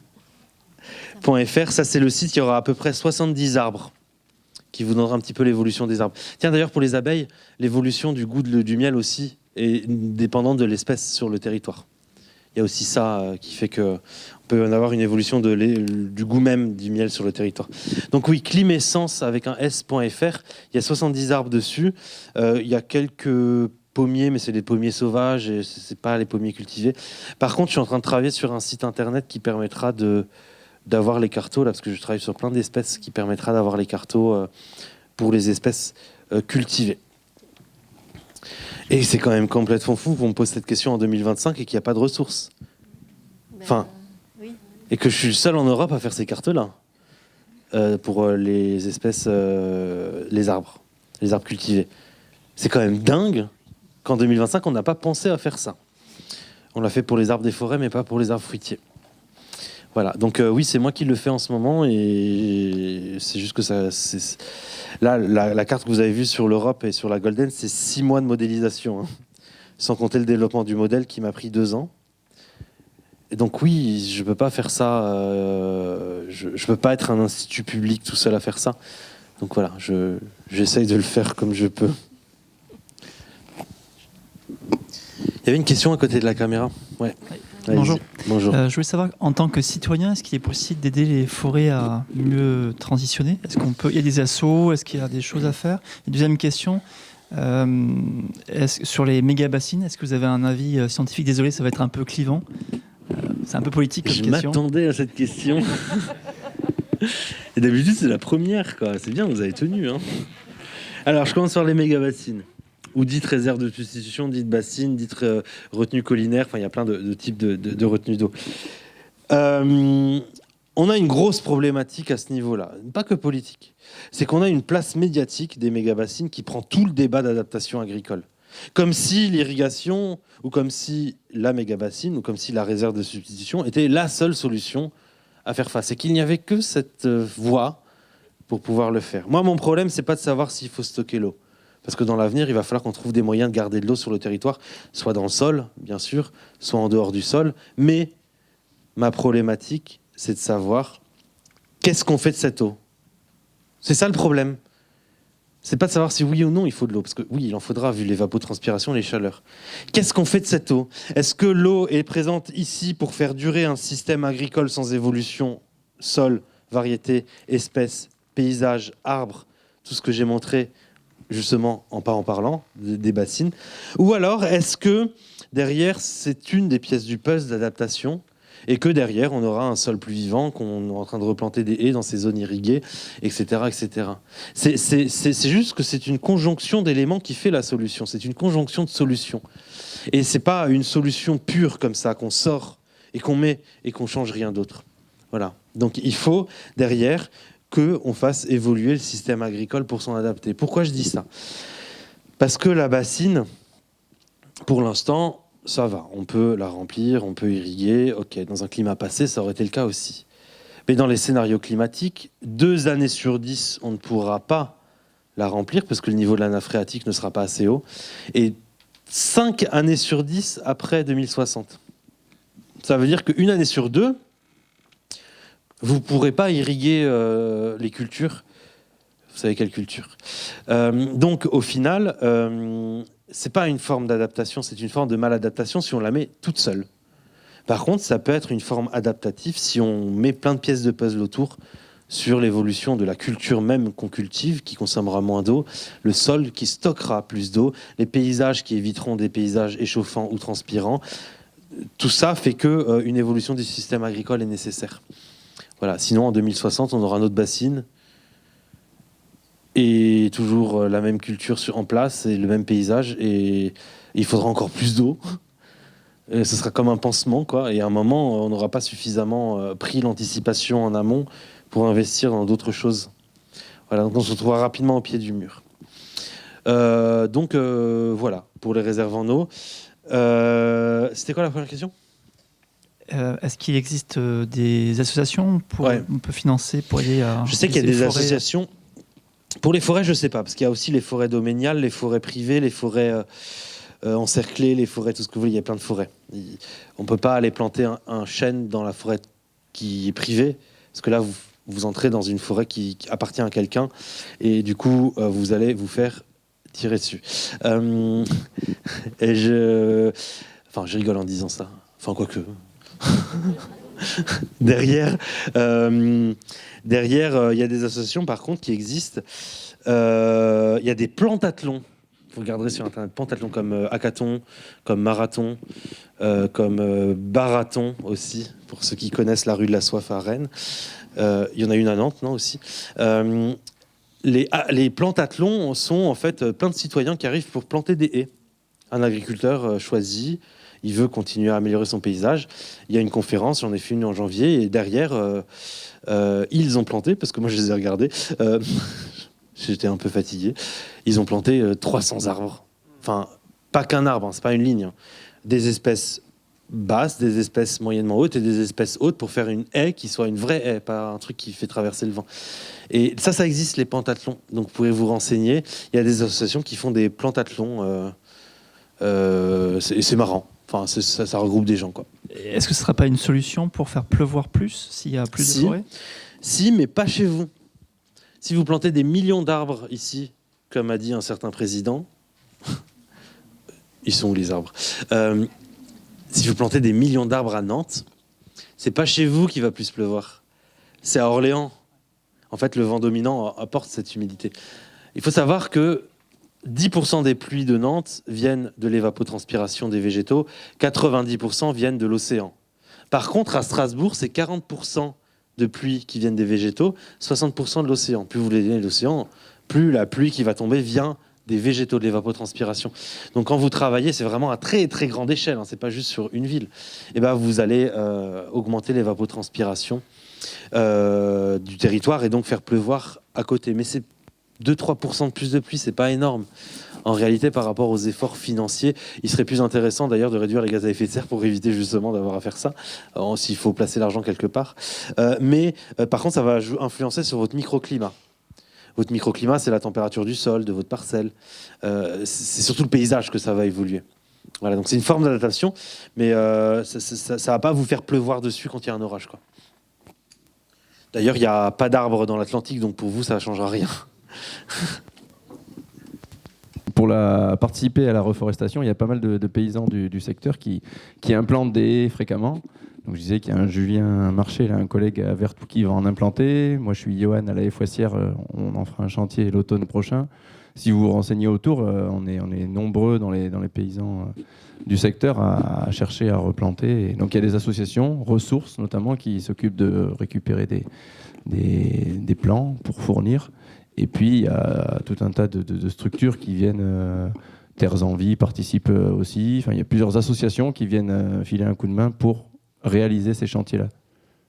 Juste un volet qui n'a pas été évoqué ce soir, c'est le fait que, on a parlé un peu de la situation, de l'évolution, de la production alimentaire, mais on n'a pas parlé des bras pour faire tout ça.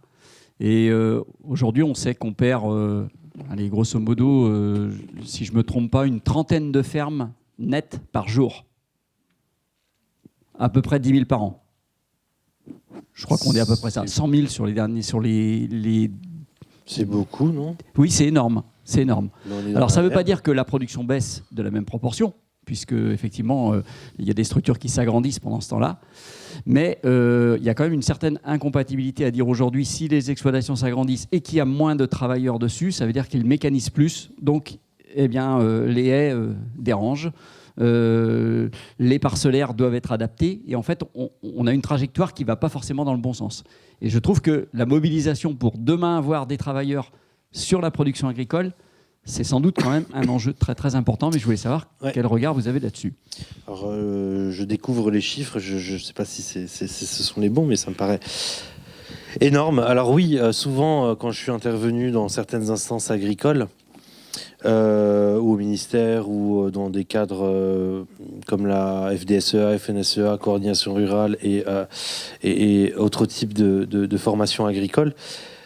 Souvent on me dit, bah oui, on veut bien s'adapter, mais la politique actuelle ne force pas, en tout cas ne donne pas envie de s'installer en tant qu'agriculteur. Et la réponse que je leur ai donnée, c'est que ça, c'est aussi un problème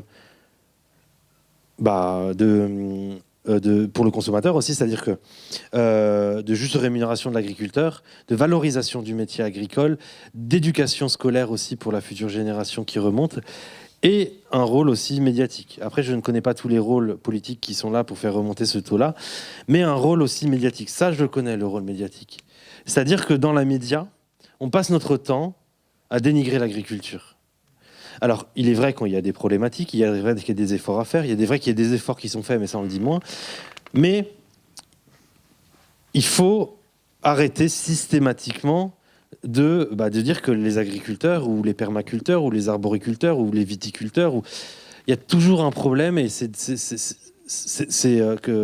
on pointe beaucoup trop du doigt tous les désavantages à la place des avantages qu'on peut essayer d'apporter sur le territoire. Je ne dis pas qu'il n'y a pas des choses à améliorer.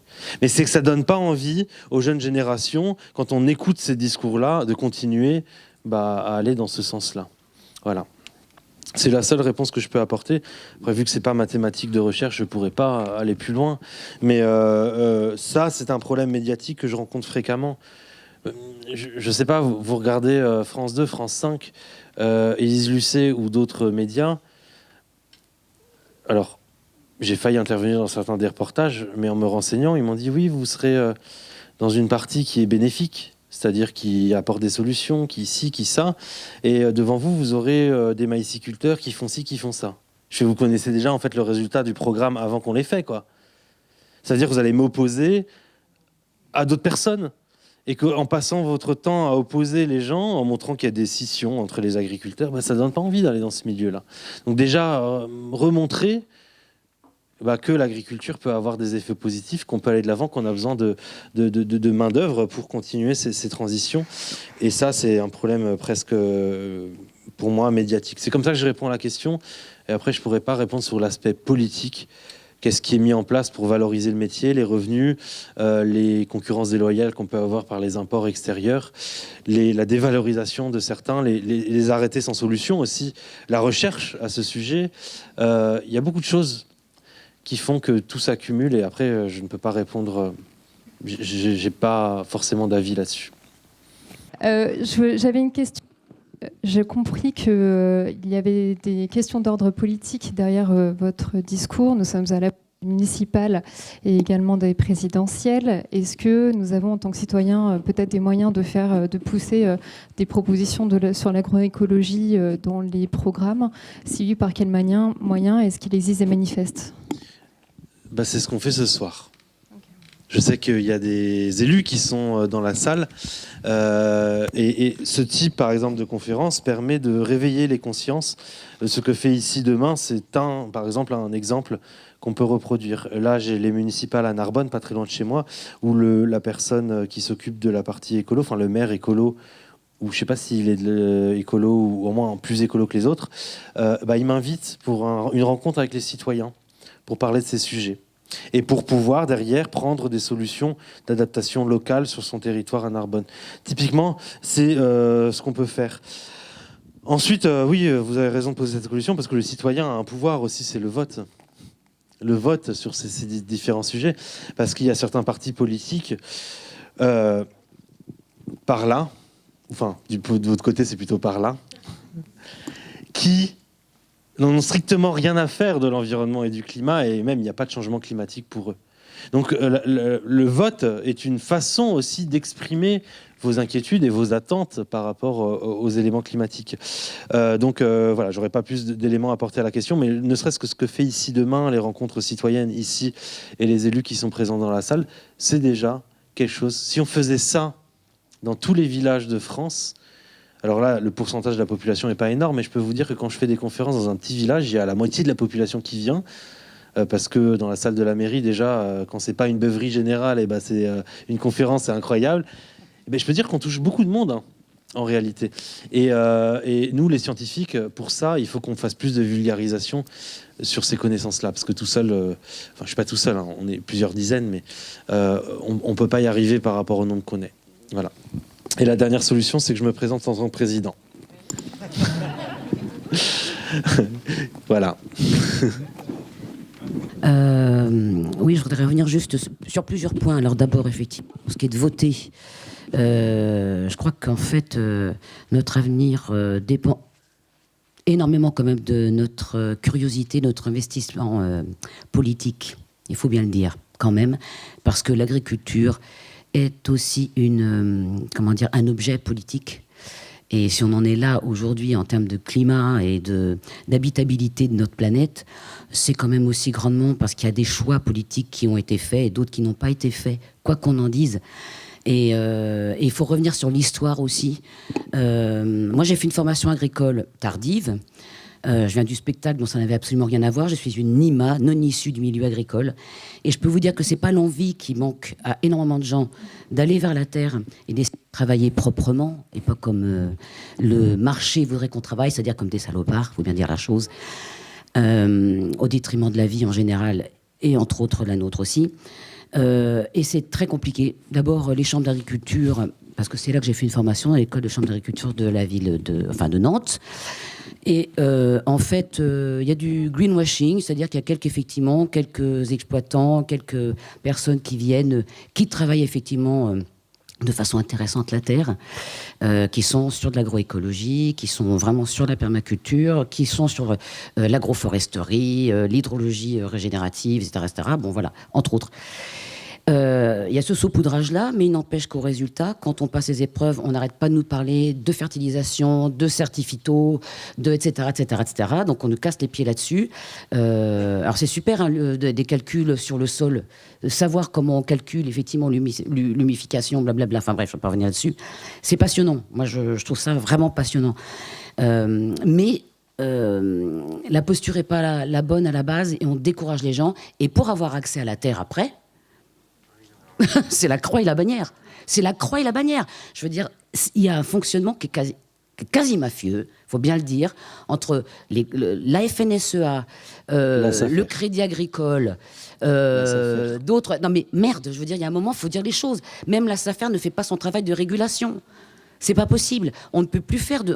Je veux dire, il y a plein de gens qui aimeraient créer des micro-fermes, qui aimeraient se fédérer, qui aimeraient vraiment faire un maillage de territoire et puis que ça puisse aller sur une grande échelle et être en interaction justement aussi avec les pays du Sud et tout ça. Enfin. Et on ne peut pas le faire. Tout est serré. Lisez Silence dans les champs. J'ai plus le nom de l'auteur. Mais bon sang, lui, il est issu de ce milieu-là. Excusez-moi, je montre ça, mais quand là, c'est super le travail que vous faites. Effectivement, c'est pas normal que vous soyez seul. C'est pas normal que quand on fait une formation agricole, on n'ait pas accès à des choses comme ça et que quand on ose poser des questions. Moi, je me suis fait bouler, j'ai pas pu tout valider. Je vais vous dire, j'ai fait un burn-out à la fin parce que à chaque fois, on me renvoyait au fait que j'étais totalement utopiste et que qu'est-ce que c'était que ça et qu'il fallait rester dans les clous, etc., etc. Il y a un moment, c'est insupportable. C'est insupportable, voilà. Donc merci beaucoup pour votre travail. Une partie de la réponse que vous avez posée sur l'administratif, j'ai été confronté aussi. Parce qu'avec ma femme, on s'est dit un jour que on allait... Bon, à part, on a un grand verger, puis on a une serre aussi non chauffée professionnelle qu'on a pour la production agricole. Mais on voulait accéder à une terre pour pouvoir faire une pépinière sur des arbres d'avenir, du kaki, proposer aux agriculteurs des choses intéressantes. Et donc j'ai appelé le président de la SAFER, parce que du coup j'avais fait une conférence chez lui, et on pouvait pas. Déjà il fallait faire une formation agricole, il fallait faire ci, il fallait faire ça. Bon ça on aurait pu le faire, parce qu'on est agronome, mais derrière on nous a dit en fait vous pourrez pas accéder à la terre, parce que c'est dans l'AOC Pic Saint-Loup, et donc au final il faut faire du vin. Et donc j'ai dit mais du coup on peut pas faire de nouvelles cultures et tout, et non. Du coup j'ai abandonné. Sur cet aspect-là, oui, ça peut décourager des personnes qui peuvent vouloir peut-être avoir un système qui soit différent du système qu'on peut leur proposer. Ça, oui, j'en suis conscient. Sur la partie agroclimatologie, sachez que j'ai eu que 3 heures de climatologie dans mon école d'agronomie. Hein. Et à une époque, moi j'avais fait agronome parce que je voulais être agroclimatologue. J'ai jamais fait un seul, à part 3 heures de climatologie. J'étais très déçu j'ai pas jamais appris la biogéographie, l'aire de répartition des cultures, le décalage de la phénologie. On me l'a jamais montré, le risque de gel après floraison. Et je l'ai découvert en centre de recherche après, quand je me suis spécialisé à l'INRAE, c'était l'INRA à l'époque, sur l'agroclimatologie. Voilà. Et ça, j'essaye de revenir. Je fais souvent des conférences dans les écoles d'agro et j'ai des réunions avec les professeurs pour intégrer. Par contre, là où je suis content, là où les choses évoluent quand même, et ça ira dans votre sens, c'est que j'ai été étonné du nombre de personnes qui sont comme vous, mais en école d'agronomie actuellement. Les jeunes qui arrivent en école d'agronomie, ils n'ont pas la même vision du système agricole. Peut-être qu'ils se casseront les dents, peut-être qu'ils ne feront pas évoluer, peut-être qu'ils le feront évoluer, je ne sais pas. Mais j'ai été étonné il y en avait plein qui voulaient être maraîchers, notamment. C'est compliqué entre nous. Mais ils n'avaient pas la même vision de ce que j'ai appris, moi, il y a 10 ans, dans la même école où j'étais à Dijon. Donc il y a peut-être des choses intéressantes qui viennent d'une génération peut-être en dessous de la mienne, qui m'étonnent parfois. À voir. Est-ce que ça peut changer avec le temps? Voilà. Je pense qu'on doit les aider. On doit les aider, oui. Mais on doit les aider, mais je peux vous dire que quand ils voient des agriculteurs, quand ils voient des agroclimatologues sur les réseaux sociaux, quand ils voient des youtubeurs, des agriculteurs youtubeurs, ça les motive. Donc on a aussi un rôle. Il y a par exemple des maraîchers sur YouTube qui parlent de leur métier du quotidien, leurs difficultés, des solutions qu'ils ont mises. Et cet aspect un petit peu influenceur, quoi, ça les intéresse, cette génération. Et ça les motive, en réalité. C'est vrai qu'il y a une génération, à la mienne, on parlait très peu d'agriculture. C'est vraiment... Voilà. Mais la génération d'après, elle utilise les réseaux sociaux pour s'y renseigner. Et sur les réseaux, on trouve de plus en plus d'influenceurs. Les France Agri-Tweetos, notamment, sont des gens sur Twitter. Bon, maintenant, on est parti de Twitter, mais enfin, ils sont partis. Et qui communiquent sur leur métier de façon positive. Peut-être qu'il faut aller dans ce sens-là. Oui. En fait, j'ai une vraie question sur le drainage. Parce que moi, j'entends dire que c'est pas une option forcément idéale. Et en même temps, ce que j'observe, c'est que moi, ça me permet de faire des céréales. Sinon, j'ai des terres beaucoup trop humides. Et ça me permet d'allonger aussi ma période de pâturage d'environ 2 mois par an, quoi. Ouais. Donc, je voulais avoir votre avis. Merci. Ça dépendra des régions. Le drainage dans le sud de la France ou le sud-est, j'ai envie de dire... ça serait osé par rapport au manque d'eau qu'on peut avoir sur le territoire. Le drainage dans le nord-est de la France, même si je ne l'ai pas étudié en détail, je le dis comme ça de façon vision personnelle, hein, ce n'est pas une étude que je vous donne, ça peut être intéressant par rapport aux excès d'eau hivernaux et à l'accessibilité des parcelles. Oui, il y a un truc encore plus intéressant, c'est que l'eau de drainage peut être récupérée en partie, pas toute, pour la garder, la stocker, pour après peut-être éventuellement du maraîchage irrigué si vous voulez, ou d'autres cultures. Pas toute l'eau, hein, c'est une partie. Si vous arrivez à faire un dossier administratif et qu'il soit accepté, ça aussi. Mais l'eau de drainage peut être intéressant, ouais. Ça peut être intéressant de la récupérer. En tout cas, je préfère, s'il faut irriguer, de récupérer de l'eau de drainage que de sortir de l'eau des nappes phréatiques et la mettre en surface. Voilà. S'il faut garder de l'eau, parce qu'il va falloir, trouvons des solutions comme l'eau de drainage. Et pour les pâtures, oui, c'est intéressant parce que ça peut vous augmenter votre fenêtre de pâturage, vu que à cause du piétinement des bovins, on peut pas mettre les animaux quand il y a trop d'eau dans les parcelles, parce que ça détruit en fait le couvert végétal. Et donc le fait de drainer un petit peu, ça permet de leur permettre d'accéder aux parcelles. Voilà, donc il y aura des excès d'eau dans l'avenir. C'est juste que j'ai une petite bémol, c'est que j'ai pas étudié le phénomène sur les déficits d'eau. Je sais pas si ça assèche plus vite les terres, je l'ai pas étudié. Mais une petite bémol sur cette réponse. Vu que je l'ai pas étudié, regardez après par vous-même ces différents aspects pour compléter ma réponse de façon plus scientifique. Bonsoir. Dans les solutions d'adaptation, je ne crois pas que vous ayez parlé de quelque chose qu'on voit de plus en plus apparaître, c'est l'agrivoltaïsme, avec les panneaux qui sont par les promoteurs de cette solution-là, qui sont supposés protéger les cultures qui sont en dessous. Et je voulais savoir ce que vous en pensez. Alors, je ne suis pas contre l'agrivoltaïsme, qu'on soit d'accord, parce que j'ai bossé dedans, j'ai bossé dans la modélisation. C'est-à-dire, j'ai pas bossé sur l'énergie verte, mais j'ai bossé dans la modélisation. C'est-à-dire qu'on a un système, l'agrivoltaïsme, quand il répond à la définition de l'agrivoltaïsme. Je m'explique. Quand on a des scientifiques qui ont travaillé dessus, je sais de quoi je parle. L'agrivoltaïsme, à l'origine, c'est un système agricole qui permet de protéger le végétal en dessous. Par l'ombrage, c'est-à-dire forte chaleur, évapotranspiration, par le gel quand on le met à plat. Ça fait gagner 1 à 2 degrés s'il n'y a pas trop de vent, donc ça évite le gel. Par la grêle, forcément, quand on le met à plat. Pour les animaux d'élevage, pour l'ombrage. Et pour les pâtures, pour l'évapotranspiration. Il y a quelque chose aussi qui fait la même chose. Les arbres. N'oublions pas les arbres. Donc, dans une idée, en général, ce qu'on a observé ces dernières années, vous prenez l'IA, l'intelligence artificielle. C'est une idée hyper intéressante pour les protéines, les vaccins ou pas, les synthèses agricoles, les synthèses scientifiques, pour plein de choses, c'est intéressant. Qu'est-ce qu'on a fait de l'IA ? On a fait 95% des gaz à effet de serre de l'IA, c'est du chaton et des pornos. C'est-à-dire que quand on a une idée intéressante, on a la faculté, nous, en tant qu'êtres humains, de faire n'importe quoi. L'agrivoltaïsme, ça peut être pareil. Enfin, du moins, ça allait dans ce sens-là, mais il y a eu de la législation. C'est-à-dire que l'agrivoltaïsme en tant que tel, quand c'est étudié, quand les panneaux peuvent bouger, ça permet effectivement de protéger un verger, de protéger une vigne, de protéger des moutons, éventuellement, ou des vaches laitières.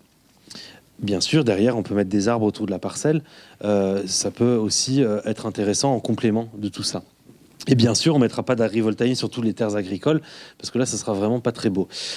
Gardons aussi quelques arbres sur nos terres agricoles. Mais il y a des acteurs qui sont arrivés sur le marché et qui donnent l'impression de vouloir protéger une culture. Mais en fait, c'est juste pour prendre des terres agricoles et implanter des panneaux solaires. Ça, c'est juste inacceptable. Quand on me rase une partie de la forêt des Landes pour me mettre des panneaux solaires au nom de l'énergie verte, ça, c'est inacceptable. Subventionné en plus. Je veux dire, c'est qu'on est capable, nous, en tant qu'êtres humains, de bonnes idées d'en faire n'importe quoi. Donc pour moi, l'agrivoltaïsme est une bonne idée dans sa définition d'origine. Et heureusement qu'il y a une législation qui est sortie, qui met et qui oblige que quand on met des panneaux solaires, il faut montrer que ça a un impact positif sur le végétal en dessous. Vous prenez l'agrivoltaïsme qu'il y a du côté de Perpignan. À Perpignan, on a planté des panneaux au-dessus, pas partout, hein, mais au-dessus de certaines vignes. Et ces vignes, en été, elles sont encore vertes par rapport à celles d'à côté qui soit sont mortes, soit sont jaunes. Donc il y a un effet positif, ça permet de garder la qualité, le terroir, le vin aussi par rapport à l'augmentation de l'alcool. Et même la vie du végétal peut être intéressant. On peut mettre aussi de l'enherbement entre les rangs, peut-être mettre des arbres autour de la parcelle dans une logique globale d'une solution. Voilà, mais quand on me met ça sur des pâtures en disant que c'est pour faire de l'ombre pour les animaux et qu'après il n'y a plus d'animaux parce qu'au final le prix de l'électricité est plus intéressant que la viande, j'ai un peu plus de mal. Voilà. Et c'est pas facile de déterminer si c'est un bon ou mauvais. C'est un bon ou mauvaise chose. Par contre, quand c'est bien fait, c'est aussi un revenu complémentaire pour l'agriculteur. Voilà. Il y a d'autres formes aussi de production solaire. C'est notamment les panneaux solaires sur les toits agricoles, les toits des centres commerciaux, les toits des mairies, tous les toits, il y en a partout des toits. Aussi, on peut faire du voltaïsme dessus. Les parkings. On avait une super loi à l'époque qui obligeait les centres commerciaux à mettre des panneaux solaires. Du coup, on s'est retrouvé avec des centres commerciaux qui ont coupé des arbres pour mettre des panneaux solaires. Et maintenant, ils ont interdit la loi, ils l'ont arrêté. Oui, donc on est capable de faire le bon et le tourner vers le mauvais. Voilà. Donc pour cette question, moi je suis pour l'agrivoltaïsme dans certains cas, mais je ne suis pas pour ce qu'on en fait, au final. Bonsoir, merci. Vous en avez un petit peu parlé. Je voulais savoir s'il y avait de la ressource. Je suis maraîcher sur Vertou. Et en fait, quelle serait l'évolution à 2050 du maraîchage en Loire-Atlantique, parce que vous l'avez montré, on peut produire facilement de la tomate, mais par contre il y a beaucoup d'autres légumes qui vont être beaucoup plus compliqués à produire, voire même à ne plus pouvoir produire. Pensez à quels légumes qu'on ne pourra plus produire ? Des légumes qui vont monter peut-être trop facilement en graines ou autres, enfin, au niveau salade. Alors, pour la Loire-Atlantique, je crois qu'il y a de l'agrivoltaïsme dans la BD. Enfin, j'ai un souvenir. Si, il y en a. Oui, il y en a. Donc, oui, j'en parle aussi là-dedans. Je crois qu'il faudra distinguer les légumes potages, légumes ratatouille. Parce qu'en fait, en réalité, sur les légumes potages, alors quand je dis potage, c'est le nord, quoi. C'est chou-fleur, poireaux, salade, carottes. En fait, on a un potentiel hivernal qui augmente quand même. Et intersaison, printemps, automne qui augmente. Parce que vu qu'il y a moins de gel et qu'il fait plus doux, ça accélère la croissance de ces cultures-là. Donc ça, c'est hyper intéressant dans la région. Attention à l'excès d'eau et aux maladies. Et à l'inverse, on a un potentiel qui augmente pour les cultures d'été, à condition en parallèle d'en mettre un peu d'ombrage, parce qu'il fera peut-être un peu trop chaud aussi pour les fleurs de tomates qui peuvent sécher à 35 degrés. Donc en fait, dans les résultats que j'ai pas tout montré, j'ai fait des études pour Nantes et pour la Bretagne. Vous êtes une terre maraîchère d'avenir, dans les études climatiques montrées. Alors il y aura des difficultés, il y aura des maladies aussi surtout, Il y aura des difficultés. Par contre, les résultats ne montrent pas une perte de potentiel maraîchère. Et je pense que ça, j'en ai parlé à Prince de Bretagne et des grosses coopératives. Les terres agricoles du nord-est de la France vont être essentielles, à la fois pour la production, parce que le climat le permettra, mais aussi économiquement parlant, parce que vu que l'Espagne pourra plus... On perd des filières en Espagne, autant les refaire chez nous. Alors je dis pas de faire comme les Espagnols, parce que nous on a la capacité de faire les choses bien. C'est peut-être pour ça aussi qu'il faut enfin, choses bien, vous avez pas l'air tous d'accord, mais c'est peut-être ça qu'il faut de la main-d'œuvre aussi sur le territoire, peut-être simplifier ces aspects administratifs aussi pour l'accès à ces différentes ressources. Mais moi, en tout cas, si j'étais maraîcher du côté de Nantes et plus au nord, je serais pas, je serais pas si inquiet sur l'avenir. Je sais pas si vous c'est le cas. Si vous avez eu des difficultés, notamment en 2022 pendant les sécheresses ou en 2025 pendant les sécheresses estivales aussi. Mais c'est que les formes d'adaptation sont peut-être suffisantes pour réussir à produire. Voilà. Oui, bonsoir. Moi, j'avais une question par rapport au volet consommation. Donc, moi, je me demande, en tant que consommateur, qu'à privilégier des producteurs, soit élevage, soit culture, qui mettent en place une gestion intelligente de l'eau ou qui ont des méthodes qui orientent vers de la captation de carbone ou ce genre de choses. Mais je trouve ça compliqué, en fait, de l'évaluer quand on est face à un produit. Je sais qu'il y a des outils comme Yuka, par exemple, qui ont un volet impact environnemental dans leur notation. Mais d'une manière globale, enfin, j'ai pas eu vent d'un label digne de confiance qui permette d'avoir une idée de ce type de pratique. Est-ce que vous avez une source d'infos à partager ou... Je crois qu'ils bossent dessus. Enfin, en tout cas, quand j'étais à des ministères ou des réunions politiques, je crois qu'ils bossent sur des labels carbone, à savoir derrière si c'est... Oui, vraiment objectif, digne de confiance. Ouais. Si c'est un truc de confiance, oui. Je crois qu'ils bossent sur d'autres types de labels plus paysagers, d'agriculture de conservation des sols, qui ne veut pas forcément dire bio d'ailleurs, au passage. En plus du bio, en plus du label rouge, dans le cahier de label rouge d'ailleurs. D'ailleurs, dans le cahier de label rouge, ils intègrent des obligations, par exemple, d'arboriculture dans les trucs avicoles. Pour avoir le label, on est obligé d'avoir des arbres dans les parcours des poulets extérieurs. D'ailleurs, ils sont obligés d'être à l'extérieur, les poulets. Donc déjà, dans certains labels, on intègre ces aspects-là. Dans certains AOC, IGP aussi. Par exemple, dans certains AOC, oui, c'est un AOC, le fromage salaire, eh bien, ils intègrent une obligation d'avoir au moins 8 semaines ou 12 semaines les vaches doivent être en pâture sur le territoire du village.